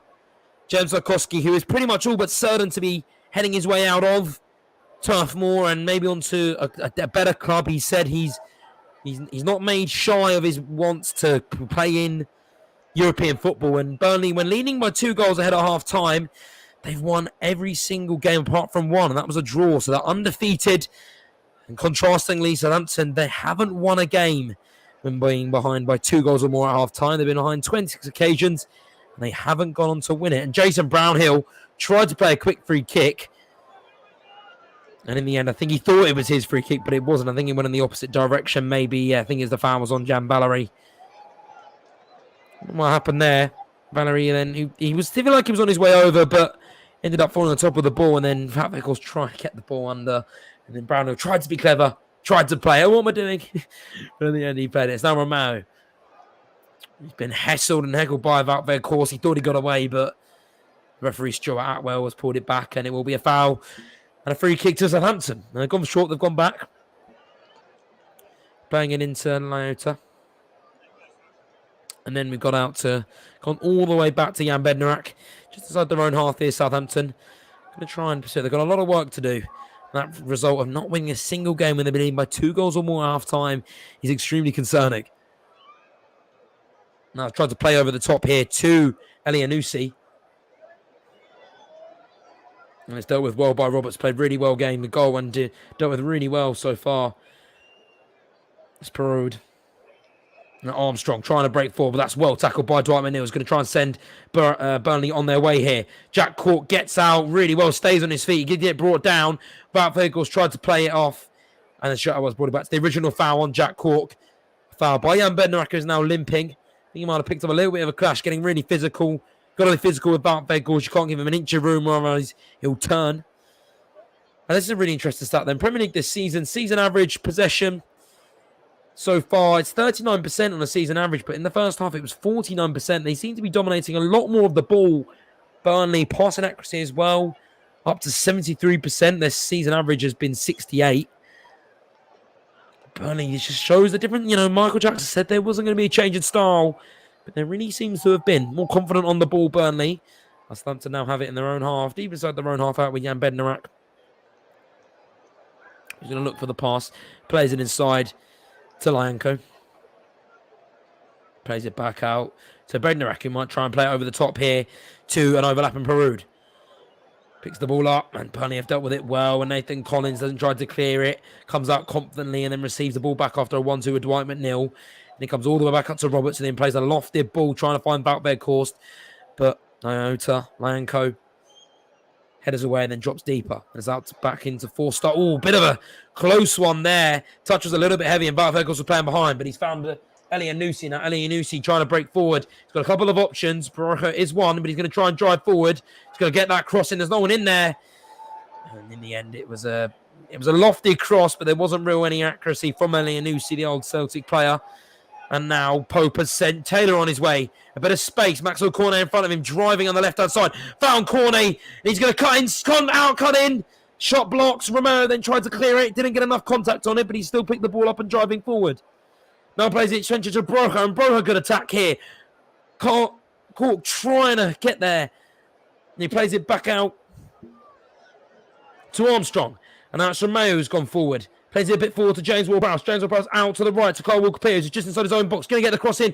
Aim for Broha, dealt with well by Nathan Collins. And it's cleared away by Brownhill. And he's found Weghorst to take his one touch. Plays it back to Dwight McNeil and then cuts into the right. Shifting away Perraud. And then he finds Brownhill, who then gets it out wide to Wout Weghorst. And then plays it back to Brownhill. Brownhill then sprays it out to the right to Roberts, who then heads it to control it. And he lays in front of him, and he plays it into the central to Dwight McNeil. And then plays it out wide, and then tries to shift it, Gerard Rodriguez, to Roberts, who made the run forward. However, there wasn't a lot of power on the ball, and then Bednarak has a lot of time to just see what he wants to do with it. He plays it to Romero, and then plays it short to Ward-Prowse. And then gets it out to Valery. And then Valery out to Kyle Walker-Peters on the right, deep inside their own half now. Burnley press as well. Cornet the one that's pressing. And I've gone back centrally to Lanko. Lanko just jogging out with it. Plays it forward to Armstrong. Armstrong driving forward. Perud to his left. Gets it. Really good first touch, Perud. Roberts comes out to meet him. Then tracks it back to Broha. Broha outward to Perud on his left. Just outside the edge of his own box. And the toss takes the deflection off Roberts. And then Nick Pope collects. Calling Nick Pope in the white strip. White strip, black shorts. And then he's got a little bit of a camouflagey silver pattern on both his sleeves. As he holds it. And he throws it sidearm out to Roberts. Roberts then cuts back inside, looking for a pass in. Goes all the way back to Nick Pope. Nick Pope plays it short to James Tarkowski, just out in front of him on his right. And James Tarkowski, no passes out in front. He goes all the way back to Nick Pope, who's probably going to send it forward. Chooses not to, finds Nathan Collins. Nathan Collins looking for that pass, but there's a low block from Southampton. Romero coming out to meet him to just come off the channels. Two back there, course, did that really well. Oh, Romero, he tried to get the pass off first time. It was a hard one in the air. But now it's a Wout Weghorst 1-2 with Roberts. McNeil then sends Wout Weghorst on his way. He's not the quickest. And in the end, Lanko comes across and meets him. And then Wout Weghorst screaming at the official, thinking it's a throw-in to him, to Burnley. However, he's deciding it's a throw-in to Southampton. Let's have a look at that chance. Let's have a look at it again. Lanko did step out in front of Wout Weghorst, but it wasn't really enough. And Wout Weghorst wasn't happy at all, the former Wolfsburg striker. It's a Southampton throw-in. Throws it out, but met with well Burnley. Now Wout Weghorst controls it really good. Tries to play it over the top to Cornet. Finds Jay Rodriguez instead on the right-hand side down the outside channel. Lanko comes across to meet it well. Jay Rodriguez said some words to him as he walks away. Not happy. Another Southampton player as well. Jay Rodriguez, 26 goals and 104 appearances for Southampton between 2012 and 2017. And that's going to be another corner for Burnley. Can they cause more trouble, more fear for Southampton? Let's see what they can do. So on the right-hand side, an in-swinger. Corner over the top of it. Crosses it in. Collins tried to go out a bit too much on it. And it goes all the way to Charlie Taylor. Tried to play it in first time. And then there's no one in. Southampton clear their lines. And he comes up to Nick Pope. He's going to play it back in into the mixer. Aiming for Wout Weghorst. Couldn't get in on it. But he comes back out to James Tarkowski, who plays it forward to Taylor. Taylor to Wout Weghorst on the left, just inside. Taylor tries to play a lofted ball. Turns inside. Trying to find Jay Rodriguez there. But easy for Lanko. Then clears it out with Burnley keeper. It's another throw for Burnley. Picking up where they left off. Dominating the ball. High pressure, high tempo. Southampton really not living with it, and they just can't get a foot on the ball. 2 goals the difference. If you're just joining us, 53 minutes gone. It's Burnley 2, Southampton 0. As we said, Atletico Bilbao, who were leading 3-0 at one point at half-time. Then a man sent off just before Cadiz grabbed one back. And they grabbed another back, Cadiz, 92nd minute. 97 minutes. Sabrino with the Grado assist as well. 87 minutes in, but it's about 96 minutes in. So Atletico Bilbao could be home and dry, and Barcelona still leading 1-0 to Real Sociedad. And if you want to get in touch with us on Twitter as well, you can. You can follow the Commentary Hub on our Twitter. Our Twitter handle is @CommentaryHubLive1. That's a capital C and a capital L. Ball was played forward by Nick Pope, but it's gone all the way back to Fraser Forster. And then shanks his clearance, but he's still got a lot of power on it. It's going to go out for another Burnley throw-in. You can also visit our Facebook page if you want. The best way to follow is the Commentary Hub.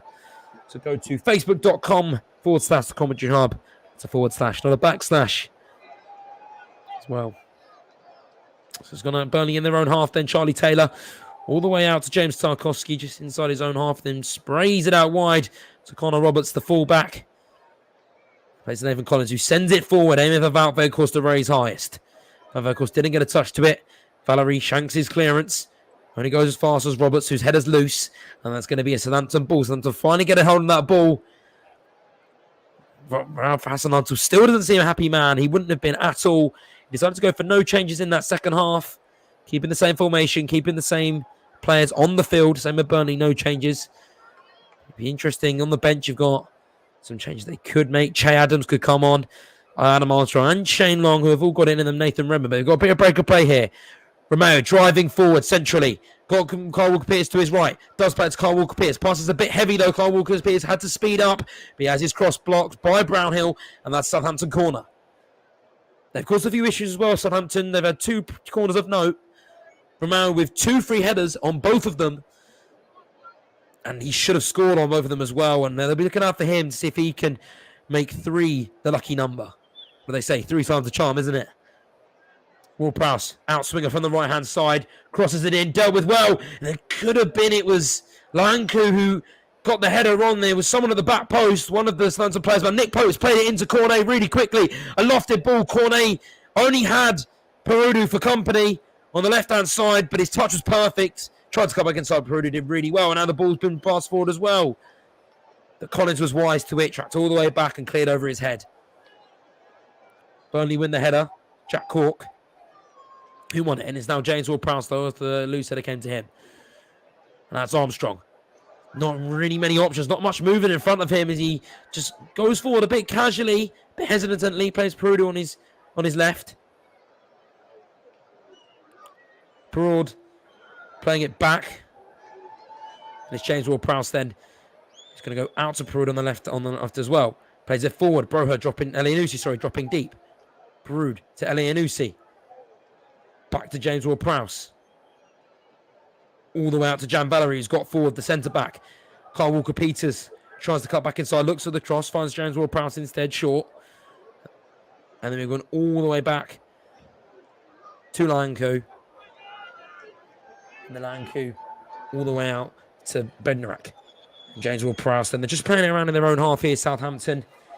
Bednarak, who scored 4 goals in 17 appearances. And 3 up in the open. He's had 2 winning goals as well. So they're in desperate need of his goal contributions. The centre-back, goal-scoring defender. You don't see many of those at all. There's also James Ward-Prowse's 300th appearance for Southampton today. Of course, only the second Southampton player to do that. This is Southampton legend, Peruud. Drumford gets the cross in. It's a deflected cross, and that caused Nick Pope a few troubles. He looked like he was always in control of the situation. It looked like it might have been going out to start with over the top of the crossbar, but it dipped down. If Nick Pope hadn't dealt with that, just palming it out for a corner, taking no risk with it, he maybe could have caught it in the deflection and the quick change of direction on that cross. Caught him off guard. So that's James Ward-Prowse. Another Southampton corner here. See what they can do from this one. Crosses it in. James Ward-Prowse headed in, but it's cleared away by Burnley. There's now a player on the floor injured. The referee's not going to play. It's been a poor clearance. It's now out to Elianusi, I think. But then the referee has blown off.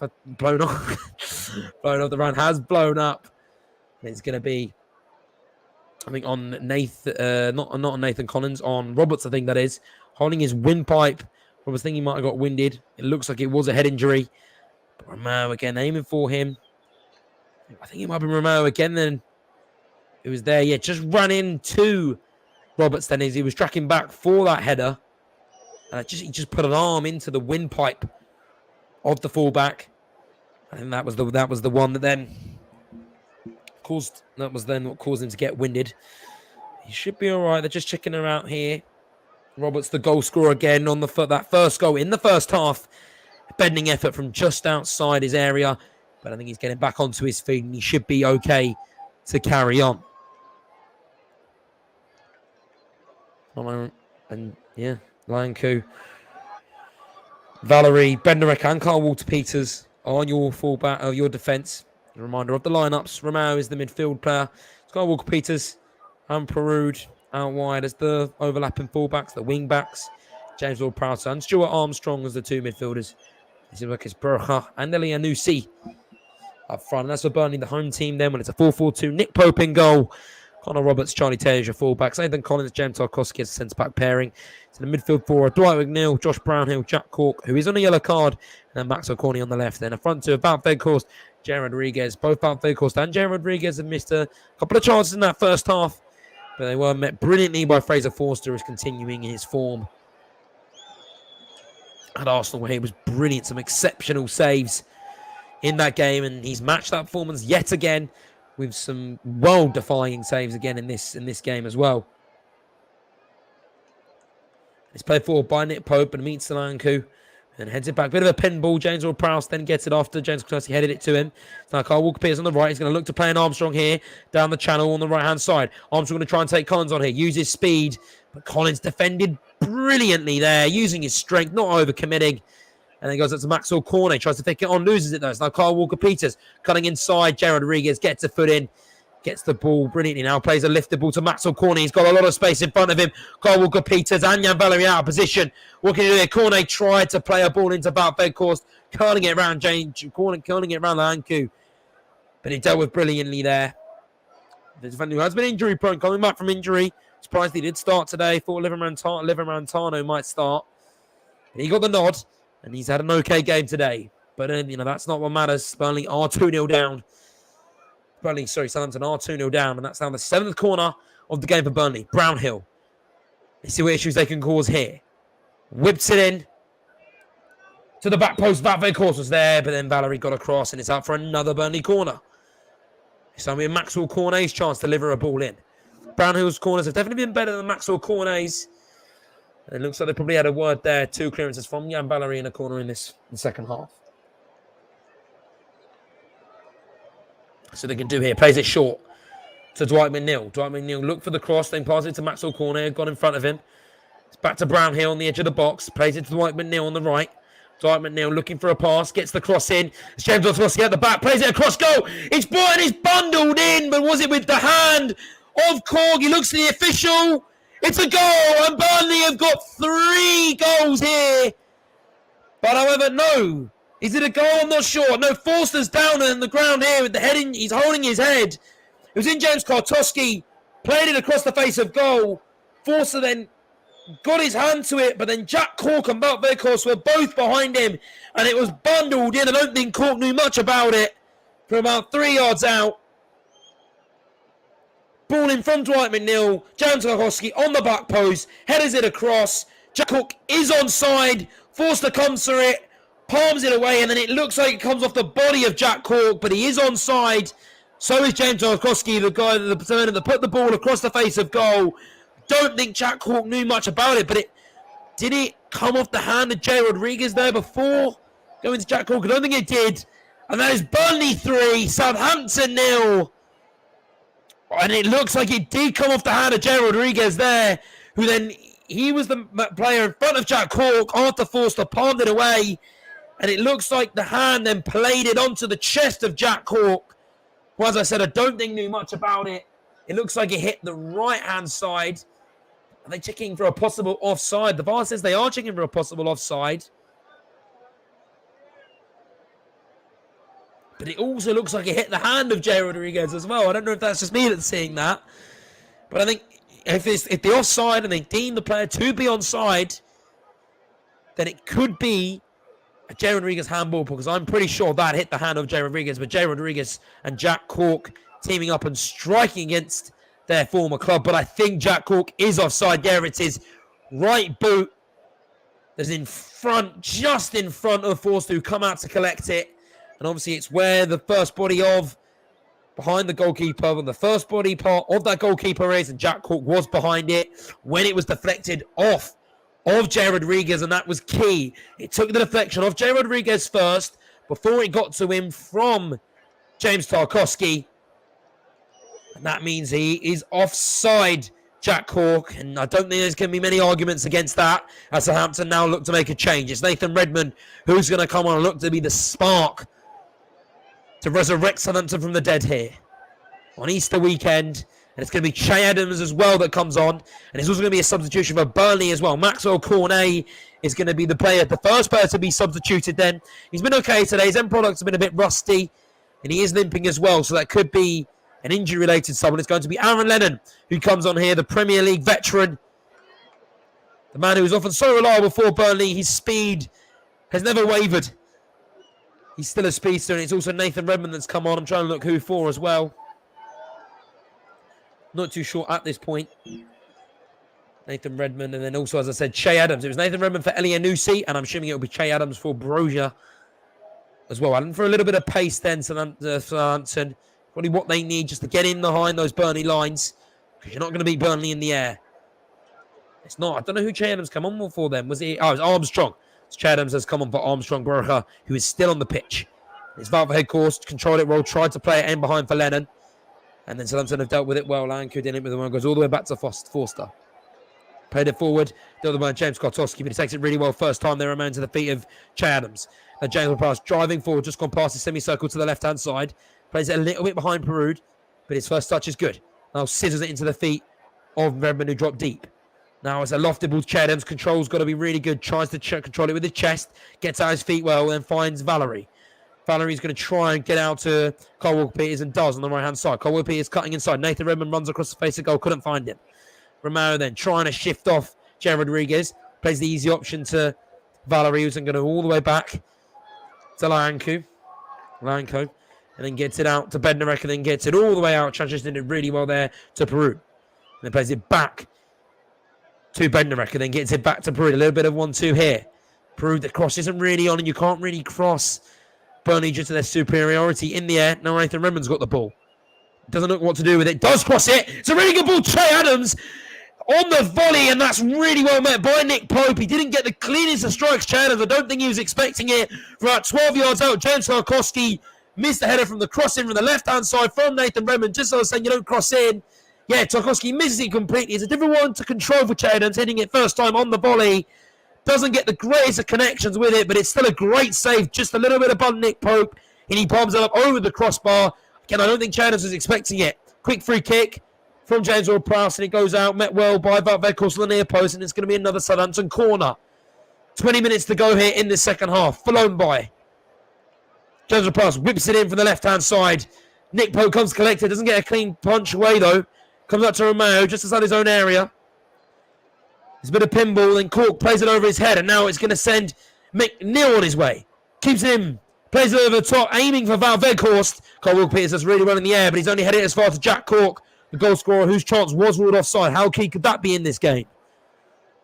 And then Joe Brownhill then looked like he may have pushed Romero to the ground, but doesn't. And now it's McNeil driving forward centrally. Going to try and find Lennon on the left-hand side. Does. Lennon now driving into the box. He's going to cross it in, but it's well monitored by Kyle Walker-Peters, who's sliding, blocks the cross, and it's going to be a Burnley corner. End-to-end stuff at Turf Moor. It's going to be a corner from the left. Brownhill step over it, and Kyle Walker-Peters has had a great game. Maybe not going forward, but defensively, he's answered whatever Maxwell Corner had really thrown in him on that left-hand side. As I said, Brownhill's going to be an in-swinger. Can Burnley find that third goal that evaded them just 5 minutes ago? Crosses it in, headed. It's Wout Weghorst. Oh, he at the near post. Couldn't get there. James Tarkowski rose highest initially. Flicked it on, and then Wout Weghorst was there. There, it was a ball in.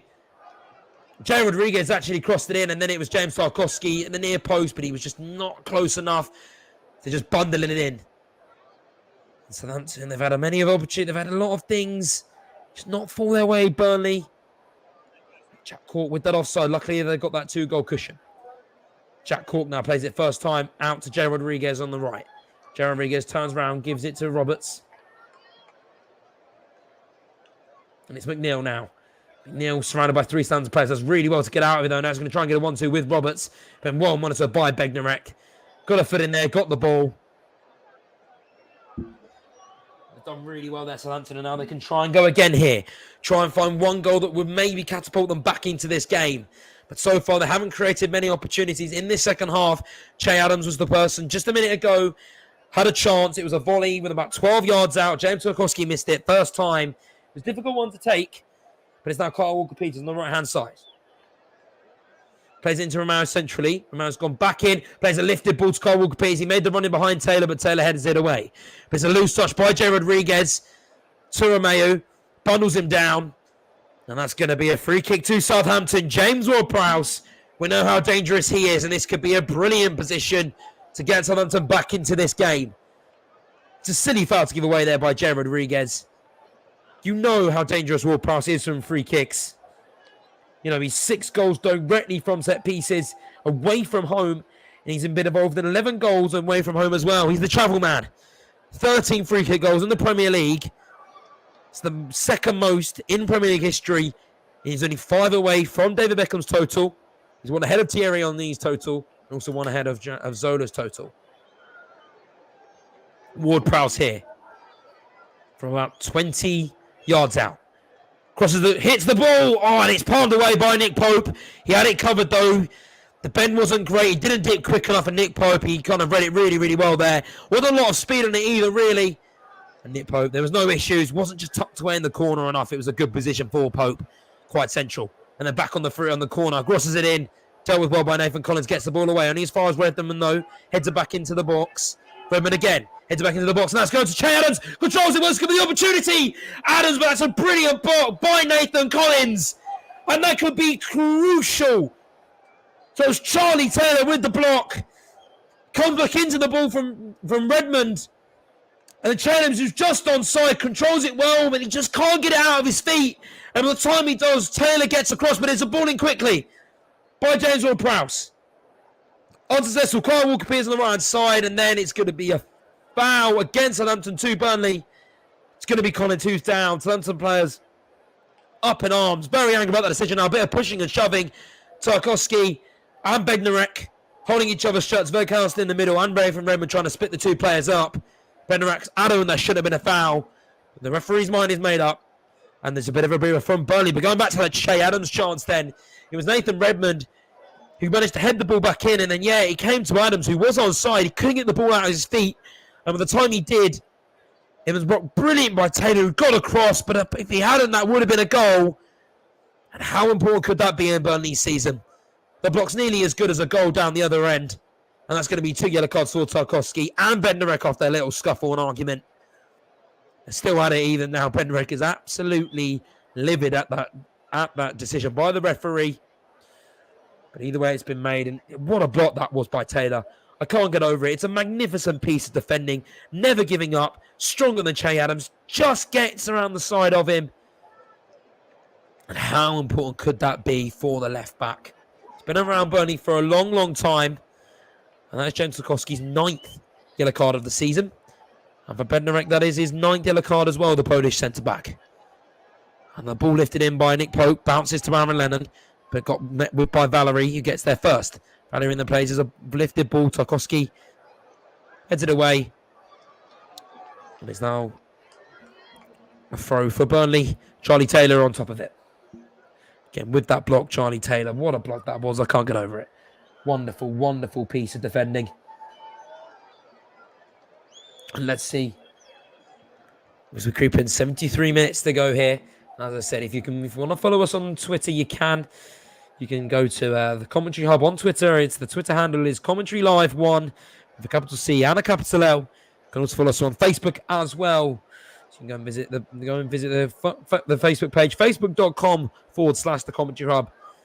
That's a / not a /. And now Burnley with it. Dwight McNeil dancing inside. He's got Ward-Prowse and Romero for company. And in the end, he gets the last touch of the ball, goes up for play. So it's going to be a Burnley throw-in. It's been quite lively today, McNeil. Hasn't again had that end product. Hasn't had opportunities to display that end product. But now he's got the ball. A little bit of space in front of him, but he goes down and he cuts back. It goes behind him again. And then Roberts brought down. Yes, the linemen think so. That's going to be a foul against Bednarek again, I think. Roberts the man that was fouled there. Diamond cut back and then... Sorry, it's Peru with the foul. It didn't get anywhere near the ball. That is a definite foul. Clearest foul that you're going to see all day. And currently it's flash score then as we go into half-time. That score in the La Liga did end 3-2. So Cadiz 2, Atletico Bilbao 3. Bilbao ending that on the red card. Barcelona, as they go into half-time and beating Real Sociedad 1-0. There you go. Free kick from a dangerous position here. About 25 yards out on the right-hand side. Just a bit behind the penalty box. It's Brown who stands over it. Dwight McNeil who stands behind it. Is it going to be an in-swing or an out-swinger? Brownhill goes all the way back, but he gets way too much on it. Absolutely no chance. And that's going to go out for a goal kick. Sailing behind Fraser Forster's goal there. And what about next for these two sides then? Who have they got coming up on the weekend as Burnley look to try and salvage their place in the Premier League? Well, let me try and get that up for you then. Who they've got? Well, they've got... I think it's Wolverhampton on the weekend. They're back at home, back at Turf Moor at 2 o'clock on the 24th. Then, and Southampton, as they break here, tried to get the ball over to Kyle Walker-Peters, but it was a poor ball. It lacked a lot of power. But they win it straight back here. Romero, Kyle Walker-Peters with a bit of space on the right side of his own box. He's going to get the cross in. It's played across the face of goal. Che Adams was there, but that's brilliant defending again, I think, by Charlie Taylor. He lost Kyle Walker-Peters initially, but then gets back across the face of goal to clear the ball and stop it getting to Chadams for a tap-in. Jones will pass, plays it over Kyle Walker-Peters, but once again, Kyle Walker-Peters had got in behind him, but he managed to get the header away. And now Burnley could break here. Jared Rodriguez with a bit of space out in front of him, but it's well covered there by Bednarek, who had to run all the way from right to left, gets to the ball there before Jared Rodriguez clear it out for a throw-in. And as I was saying, Southampton, they've got Brighton away on the 24th as well, which I think, is that a Sunday? I think it might. Yeah, it is a Sunday. So both Burnley and Southampton playing on Sunday. Burnley, as it stands, with this result, would only be 1 point off Everton. However, Everton would have a game in hand. As time ticks away for Burnley, the games tick away, but at the moment, time is on their side in this game. Forget about the league for a second. They got 15 minutes with a 2-goal advantage. There have been opportunities for Southampton in this half. Che Adams with 2. He had a volley that James Wojtkowski missed. He had from about 12 yards out. He hit it first time. It was pretty central for Nick Pope. Didn't get as much contact on it as he probably would have liked. Had a power on it, though. It was well said by Nick Pope. And then Che Adams again had a really good opportunity from about 5 yards out. Couldn't get the ball out of his feet. And when he did, he was met with a Taylor Wall, who managed to block. And it's going to be a substitution here for Burnley. It's going to be Val Vekhorst coming off. Who's it going to be coming on? It's going to be Mate Vidra, who hasn't seen much of the limelight in terms of starting minutes for Burnley this season. Interesting they didn't opt for Ashley Barnes, actually going to Vidra instead. I'm looking for a bit more pace, a bit more energy up top. And it's gone all the way back into the Southampton half then as they look for 2 goals in 13 minutes. But I feel like Burnley have done the dirty work in this second half. Maybe safe and dry, but you never know. This is the Premier League. It's the greatest league in the world. And it's never over till it's over. And Burnley, who actually have only won 4 of their 31 Premier League matches this season. That's the league record for the fewest victories by a team that avoided relegation is 6 by West Brom in 2004-2005. So this will take them to 5. So they need 1 more to match that record. It's not a record you'd want, but if you stay up, you stay up. That's the most important thing. And that result against Everton last time out as well, 3-2 on April the 6th, was only their 3rd win in 25 top-flight home fixtures. Wins have been a rarity for Burnley this season, but they're on the verge of getting their first under the Michael Jackson era and the first from this new era of Burnley. Did really well there to keep the ball in. You thought he was going to go out, but did really well to get in behind Roberts, keep the ball in. The desire there was all for to be seen for the left wing back. However, the cross wasn't great, and Nick Pope collected and now sprayed all the way out to McNeil. Was then brought down by Peru just as I sung his praise. He then brings McNeil down, tried to win the header, but then brought him down when he knew he couldn't. That's going to be a yellow card for it. A left wing back who has seen a lot of minutes at Burnley, at the French international, who's seen a lot of minutes at Southampton so far. He's been finding his way. He's been in and out of the team, but you know he started in his last appearance. Actually came. I say I've seen a lot of minutes. I'm wrong. His last appearance actually came. Here we go. Jared Rodriguez in here, crossing the ball across to Nathan Collins, but it was just behind him. It was a short call. It was a short free kick, a quick free kick from that initial foul. Played into Jay Rodriguez, who was undetected, crossed the face of goal, but he was just behind Nathan Collins. He might have been offside, actually, Jay Rodriguez, but Nathan Collins was there for the tap-in to make this result safe. To lock the safe and throw away the key, but Collins, he tried to track back to get it, but just couldn't. And Southampton live for another couple of minutes in this game. But yeah, Perud, whose last appearance actually came against Southampton. He played Southampton, West Ham in the Cup. And he actually scored a goal in that game, and that was on the 2nd of March. And here we go, Broca on the right-hand side, down the channel, driving forward, tried to take Wojtkowski on, gets the ball in, but Nick Pope collects it and holds really, really well. Could have been easy to bat away there, but he holds it. And then lays on the floor, wasting up the minutes. Really good idea from Broca, just trying to make something happen, trying to take Tarkowski on. The angle was always narrow for him, tried to cross it in. Redmond and Che Adams were there, but Pope got there before them. And Pope has had 90 saves in the Premier League this season. That's the 7th most. Burnley, obviously, haven't got an incredible defence. Nick Pope has been keeping them in a few games, and he, again, maybe one of the players that if Burnley were to go down, would be on his way. It could remind me quite a lot of Jack Butland, who, with Stoke, he was in and around the England squad. There was talks of him, but then went down with Stoke, didn't get the move he wanted. He is finally seeing minutes at Crystal Palace. Let's hope that doesn't happen to Nick Pope, because he's a brilliant, brilliant talent. Now Che Adams turns beautifully there from Roberts, but he holds him back. Tries to foul. Referee plays advantage on the left-hand side. Plays it into Romero centrally. He was just a bit behind him. Goes back out wide to Perud. But it's really intercepted by Dwight McNeil, doing the hard work, getting back. And then he clears it, and Southampton can recycle the ball. Let's look for that goal. 9 minutes, 81 minutes gone here. Burnley 2, Southampton 0. Both the goals in this game coming in the first half. Both defenders scoring. The fullback Roberts and then Nathan Collins getting in the act via a corner at the end of the second half. And then from there on in, there's been an entertaining second half. There's been chances of plenty for both sides. More Southampton. Jack Cook did find the back of the net, but the VAR call went against him as the ball came across from James Tarkowski. And it took a deflection on its way to Jack Cook off Jay Rodriguez, which then meant that Jack Cook was offside. But here we go. Burnley got an opportunity. Jay Rodriguez on the left-hand side. The pass was there to Aaron Lennon, but he didn't see it. And then by the time he got it to Aaron Lennon, he was just a bit too far in front of him. Alanku gets across well and clears it out for a throw-in. It's not been a bad Southampton defensive performance as they make a substitution here. It's number 21 for number 2. So it's Kyle Walker-Peters coming off. And it's going to be Tino Livramento coming on for Southampton. He's been injured, Livramento, and there was maybe thoughts that he would get back into the side today. He didn't start, but he's going to see the final 8 minutes here for Southampton. It's one Englishman for another Kyle Walker-Peters coming off. And it's going to be a Burnley throw in. Taylor with the throw. Central really between the box and the halfway line. But it's not a great throw. Aiming for Jared Rodriguez. Gerald Pass clears his line. Then the Collins then takes it down. Plays it to Roberts out on the right. He's going to look for a pass. He got Dwight McNeil to his right. Gives it to him. Dwight McNeil looking to go forward like he always does. Looking to beat his man.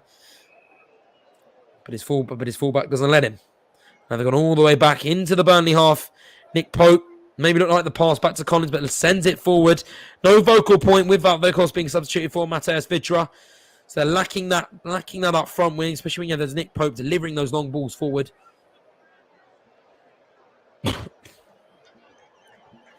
Now he throws it out wide to Taylor. Burnley seeing a lot of the ball now after that. Little bit of a Southampton pressure. And they had a couple of opportunities, but they didn't take those opportunities. And now it looks very, very hard for them to get back into this game. And Burnley can start thinking about the 3 points and what it would mean to their team. It's so crucial. 4 points in 6 games is absolutely brilliant, especially taking a point off West Ham, who are challenging for Champions League places, challenging the Europa League, and argue the better team in that game. And then 3 points off Southampton, who are in really, really poor form at the moment. You thought maybe the win against Arsenal would be changing of the tide for them. How it's not meant to be. They've been outclassed, they've been outfought, they've been outskilled at Turf Moor and by Michael Jackson's side. And a man who was only in charge for a couple of days, and the man who was only in charge of the under-23s coach a week or two ago, he's about to guide Burnley to a win, and a precious win that is. And as I said, a win that's not easy to come by. They've only won 4 of their 31 Premier League matches this season, and they make that their 5th. Now Dwight McNeil charging into the box, cuts it back to Mateus Vidra. It's Aaron Lennon who picks it up though instead. Aaron Lennon's got nowhere to go. A lot of Southampton bodies in between him and the goal. Gives it to McNeil. McNeil dancing, shifting his body. Gives it to Aaron Lennon who tried to play it in front to Roberts, but then he comes off Bednarek and it's out for a corner. Can they secure that 3rd goal that would really put the icing on the cake for Burnley and make this victory all that sweeter? A 3rd goal that, based off their first half performance, they really deserve. And in this second half, they've battled in a different kind of way this second half.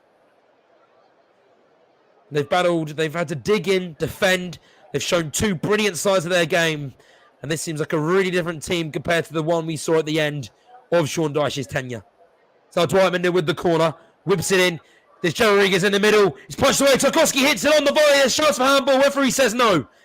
Cleared away. There's no Southampton player up there though, so there won't be a breakaway for Southampton. The Burnley players were adamant the ball came in. Southampton initially cleared it. It was a punch from Forster and it only went as far. Took Tarkowski from about maybe 15 yards out and he hit it on the volley, but it was blocked. And it was put behind Dwight McNeil now cutting inside, goes for the shot. Dwight McNeil, ooh, grazes the crossbar. Just over the top of it. He's got such a great turn of speed. Picks the ball up just outside the edge of his area on the right-hand side. Dribbles inside. You know what he's going to do and try and do. Cut back inside. Go for the shot. He did exactly that. And it was only a whisker away. And I don't think that would be a foul on James Ward-Prowse, as we're just seeing the replays. Or could be. It might have actually come off the secondary arm, not the leading arm. That hits directly the arm. His arms are not by his body. They're well out there to the side. The referee, he's waved play on. He was sort of in between, sort of where the arm begins in the middle. I'm not too sure on that one. It was a one to maybe they've just given it away because there's only 4 minutes left in this game and they don't want to pile the misery on Burnley any longer. But that could be key. That could be huge in terms of the goal difference battle. The goal difference battle was huge in terms of the Champions League fight, and it could end up being huge for the relegation battle. As we've got Lowton coming on here for Dwight McNeil, who's been a spark today, a thorn in the Southampton side, always causing problems, always such a live wire. You never know what you're going to get. He needs to improve his end product. He's been brilliant today as he gets smiles and applause from the Burnley fans and the Burnley bench. And it's Matthew Lowton who now comes on, one Englishman for another. The right back as Burnley look to seal up this victory as they get into the final few minutes here of the game. They do have a free kick here, Burnley. Going to send it in. It's James Tarkowski over it. Just inside their own area, inside the semicircle, their own half. Plays it forward. Aiming for Jay Rodriguez. Aaron Lennon's just behind him. Valerie gets to it and then he goes up for a throw-in.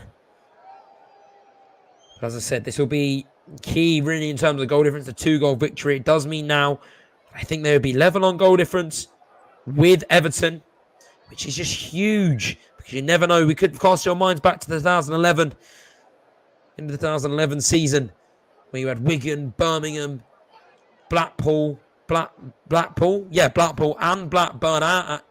all going for it. And it was goal difference that ended up sealing their fate at the end of that day. So we never really know what you're going to get. That's Southampton then. Well, they've not been at the races at all today. It would be disappointing considering how well they were against Arsenal last week. But the commentary hub man of the match then today, you've got to think who is the man of the match. It has to go to a Burnley player. And I think it probably has to go to... Oh, this is a difficult one. I'm going to give it to Wout Weghorst. He was central to everything they did well today, Burnley. Obviously, the goals came from Roberts and they came from the two defenders, Nathan Collins, as well. But I think there has to go to Wout Weghorst. Everything that went well through him. He's held the ball up well, used his body magnificently. And I think Wout Weghorst is deserved of the commentary hub man of the match. And Southampton now trying to see out the final few minutes. Trying to probe this Burnley defence that has been solid today. Only a few scary moments, only a few lapses of concentration as Nathan Redmond tries to take on Roberts here. Not getting the better of him, crosses it in though. Met with Nathan Collins, cleared out. Roberts then gets ahead on it to just clear the ball out further. And I've ended all the way back out in the Southampton half. We go back to the goalkeeper, Fraser Forster. He then plays it to Bednarek. And he gets it all the way out to Leota. And it's got Valerie on his right side who's been kind of given the orders to go forward. And that is now be given to Valerie, pinned by the throwing line. He just keeps it in. Really, really good work there. It looked like it was going to go out. Number 21, Levan Rantano.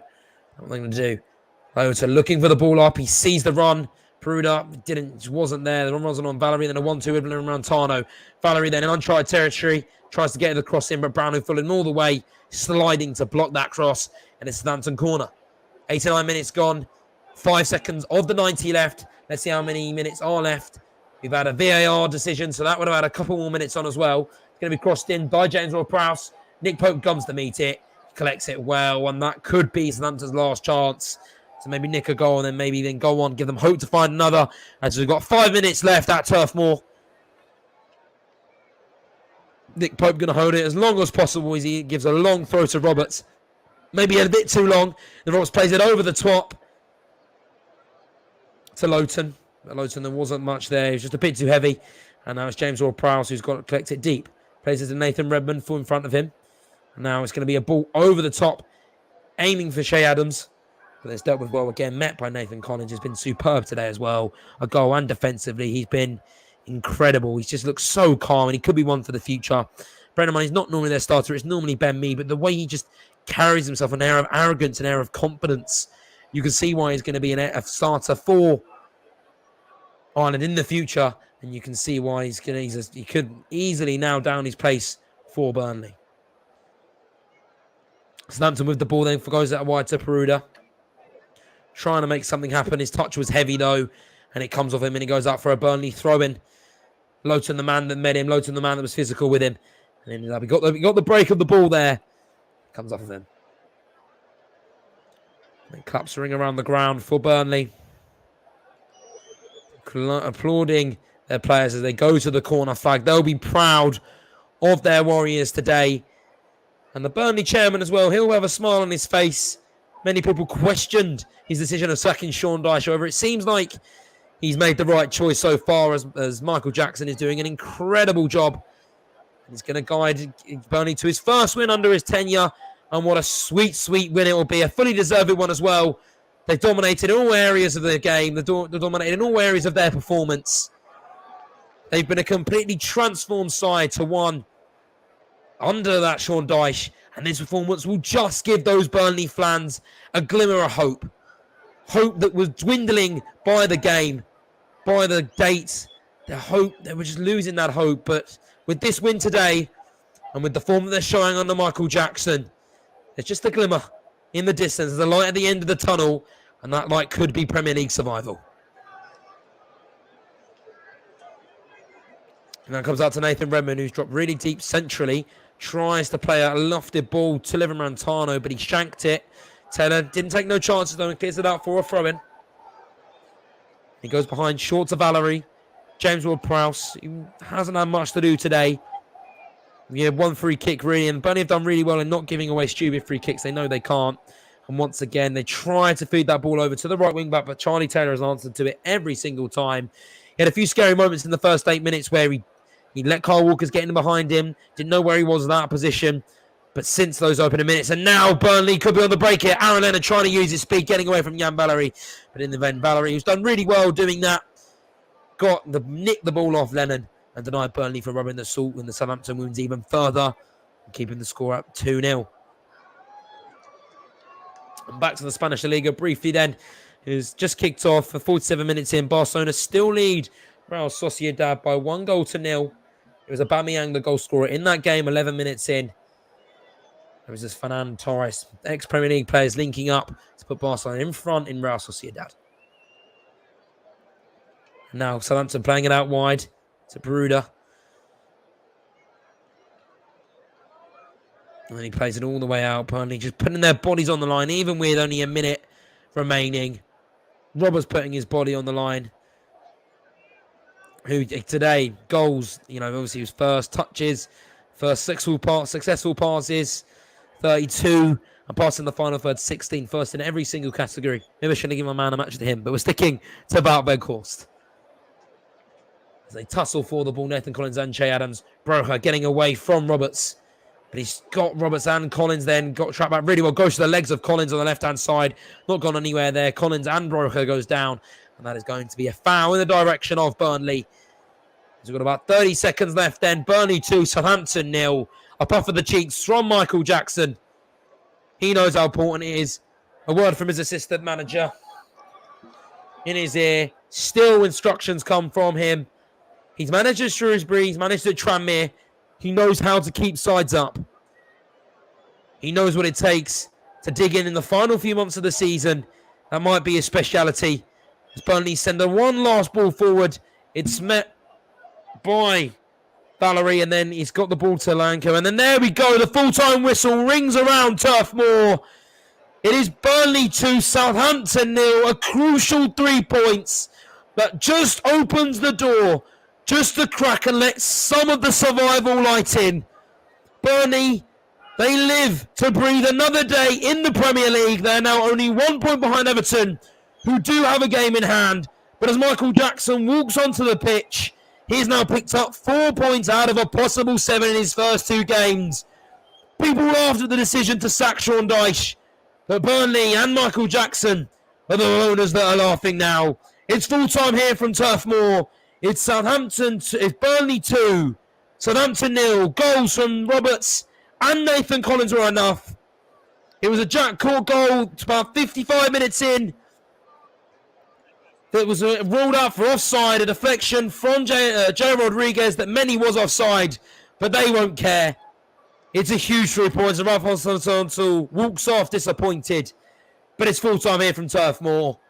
It's Burnley 2, Southampton 0. Thank you very much there, Josh Bailey. Josh, just stay with us for a couple more minutes just before we do wrap up. Then let's run you through.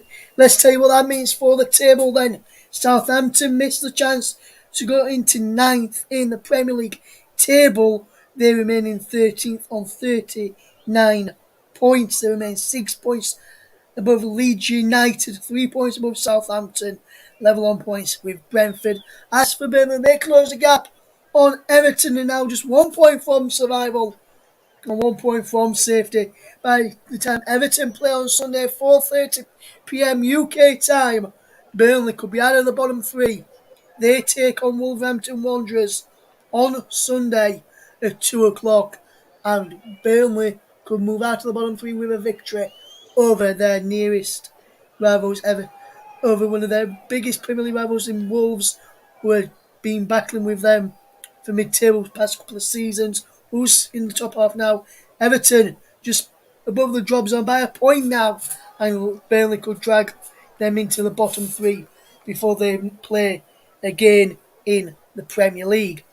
Let's just remind you of what happened in La Liga earlier tonight. Espanyol 0, Rayo Vallecano 1, Levante 2, Sevilla 3, Cadiz 2, Athletic Club Bilbao 3, and after 51 minutes, it was Sociedad 0, Barcelona 1, and in Sweden, in the Allsvenskan, it finished Degerfors 0, Hammarby 1, Helsingborg 1, Elfsborg 0, and Värnamo 0, Malmo 0 this evening. Just before we do wrap up, then let's bring Josh Bailey back in, our match commentator this evening. And Josh, that is a very, very big win for Burnley now. They're just 1 point above the from safety now, and could end up, if they beat Wolves on Sunday before Everton kick off against Liverpool, they could end up dragging Everton into the bottom 3 before kick-off. So Everton could start their Merseyside derby in the bottom 3. But what a fantastic performance from Burnley this evening, Josh.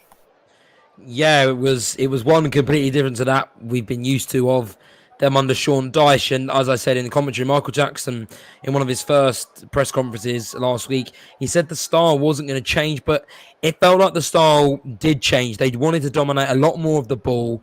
They weren't happy just to sit back and then punt it up to Wout Weghorst, to then see what they can get with the runners such as Maxwell Cornet or Dwight McNeil off of him. There just seemed more of a structure to their play today, more of an idea. And that's maybe exactly what they needed, Burnley. And people were like, oh, the only person that was going to keep Burnley up was Sean Dyche. Well, if you look at it, they only won 4 of their 31 Premier League matches this season. There's this idea that because Sean Dyche has kept them up before, he's still the right man for the job now. But that's not a good record. Any other manager that's only won 4 of their 31 games would get sacked. So, I think the manager had the chairman had no other choice. And right now, he will be, apart from the fans and the players, one of the most happiest men in Burnley right now, because Michael Jackson is a phenomenal appointment. So far, 1 point against West Ham, 3 points against Southampton. Should have beat West Ham, outclassed West Ham, and outclassed Southampton today as well. Southampton were nowhere near at any point in the races. Yes, and Josh, just looking at Southampton, their last win in the league was against Arsenal, 1-0 last weekend. But before they lost to Chelsea 6-0, they lost to Watford 2-1 in the Premier League, lost to Newcastle 2-1, lost to Aston Villa 4-0, and Aston Villa are on a bit of a bad run since then. The win before the win over Arsenal in the Premier League, you have to go back to February, 25th of February against bottom of the table Norwich, and last few results draw, loss, win, loss in their last four in the Premier League, going back to Leeds United at Ellen Road on the 2nd of April for Southampton. Where do you think Southampton and Ralph Arsenal will need to turn to next? Because their form at the moment is a bit inconsistent, you'd have to say. Where do you think they'd have to improve moving forward, starting off this weekend, Josh, when they take on Brighton down on the south coast? It's typical of Ralph Hasenhutl's time at Southampton. They're very much amazing one week and then not so amazing next. They seem to be able to string. They're like what I like to call maybe a purple patch team. They seem to be, when they're in good form and ticking, they can beat anyone in the league. However, when they're not, when they're playing poorly, they can lose to anyone in the league. They really are poor when they're poor and really good and good when they're really good. So it is interesting for Southampton and what they do. At the end of the day, they're 13th. They're only 4 points off. They're matching their tally from last year. However, you've got to get to the point where what do they do now, Southampton? Do they stick with Ralph Hasenhüttl? He's keeping them up, but there doesn't really seem to be much progress down on the south coast. And I guess it's a bit like when they had with Crystal Palace and Roy Hodgson. Roy Hodgson was obviously a lot older, but it now gets to the point where what do? Do they continue with this and continue being midfield team, or do they try and push on and reach those West Ham, those Wolves, those Leicesters, those Newcastles now? Because those are the teams that are trying to get there. Those are the teams that are trying to bridge the gap, even include Aston Villa into that. And Southampton don't want to be left behind. So it's really interesting to see what Southampton do next season. I can't imagine they will sack Ralph Hasenhüttl. He's doing a good enough job, but they need to be more consistent on a more consistent basis. Yes, and just looking at Burnley, just one final time before we finish the programme this evening, Josh, with 4 points from the last two matches under Michael Jackson, draw against Burnley, draw against West Ham, should I say, for Burnley, and then a win tonight against Southampton. Do you think Burnley could get out of the relegation dogfight? If I just quickly go through and tell you some of the matches that Burnley have got coming up, they've got Wolves coming up, they've got Watford coming up, they've got Villa at home coming up, then Tottenham, then Villa away before a final day trip to Newcastle. Do you think those games?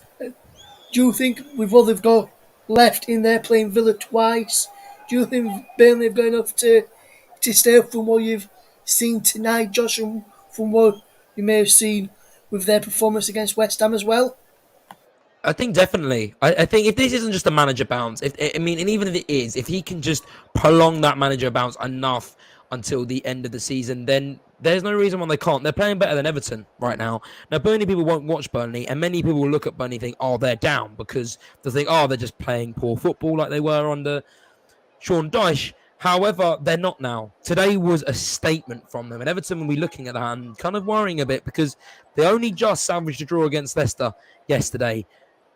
And I think what will decide this game, this relegation fight, is what team can do better away from home. Everton and Burnley have the bottom worst three away forms in the league. Both have only won one game away from home all season. I mean, Burnley have drawn more than Everton, but still, winning one away from home is not good enough. So where this will be decided is in what team will play good enough away from home. And that's where this relegation fight will come down to. Whoever picks up most wins and most points on the road. Yes, and I'm just going to leave that chat there, but I'm just looking at the form table for the last 30 Premier League matches from all of the sides. In there, in the bottom three, were the last 30 matches in the form table, is what it could look like ahead of Everton's trip to Liverpool on Sunday. They've got at the bottom is Watford, Norwich in 19th, and then Everton in 18th, and Burnley after the last 30 matches have got 28 points, and they're just outside the bottom three after the last 30 matches. in the form guide with Everton in 18th, Norwich in 19th, and Watford at the bottom. Everton just 2 points behind Burnley in the form after the past 30 matches. If we go to the last five, Burnley and Everton in the last five, 7 points from the last five for both teams. There would be Everton 11th, Burnley 12th respectively. The bottom three would look with Southampton on 4, Villa on 3 and Watford on 3. And another team who's down near the bottom in Leeds United, they would be 5th in the form table after 5 games with 10 points from the last 5 matches. And Leeds would just be 3 points behind Liverpool. And just a quick question to you, see if you can get this. Who do you think is second in the after the last 5 matches in the form table behind Liverpool? It's got to be Tottenham, surely. Yeah, Tottenham on 12, Brentford on 12, and then Man City are in 4th on 11 points. Well, big clash for Tottenham v Burnley this weekend then. Second and third in the league on form. Yeah, second from the last 5 matches. That's going to be a very good match this weekend, to make sure you do check that out if you can. That's all we've got time for here on the commentary up this evening. A big thanks to Josh Fairley for his brilliant commentary this evening. As always, big thank you to you, Josh, and from everyone else here at the commentary. Let's just see, got some comments in here this evening, just to finish off with. Mike Orneman, our good friend, says Burnley have looked good in the last 2 games. The issue with them is this season up until now has been consistent, so they need to improve on that to have any standard chance of being safety. JB, one of our fellow good commentators who will be covering Burnley's match against Wolves for the channel on Sunday, he says he's thrilled with this result. And Mike Orneman goes on to say beating Brighton and Spurs and losing the next game, then beating Everton, losing to Norwich. Need to find some consistency to the last 2 results. But all this squad good enough to, and maybe, Mike, if you look at what how they played against West Ham and how they played tonight, maybe the form reason why it was up and down, maybe it wasn't down to the players, maybe it was down to Sean Dyche's way of playing, and now new lease of life under this new manager, Michael Jackson, and he'll be having a thrilling of a time this evening after guiding Burnley to a victory over Southampton and getting 4 points out of a possible 6 in his first 2 games as interim boss. So from myself, Josh, and all the team here at the Commentary Hub, thank you very much for listening. Until next time, good night.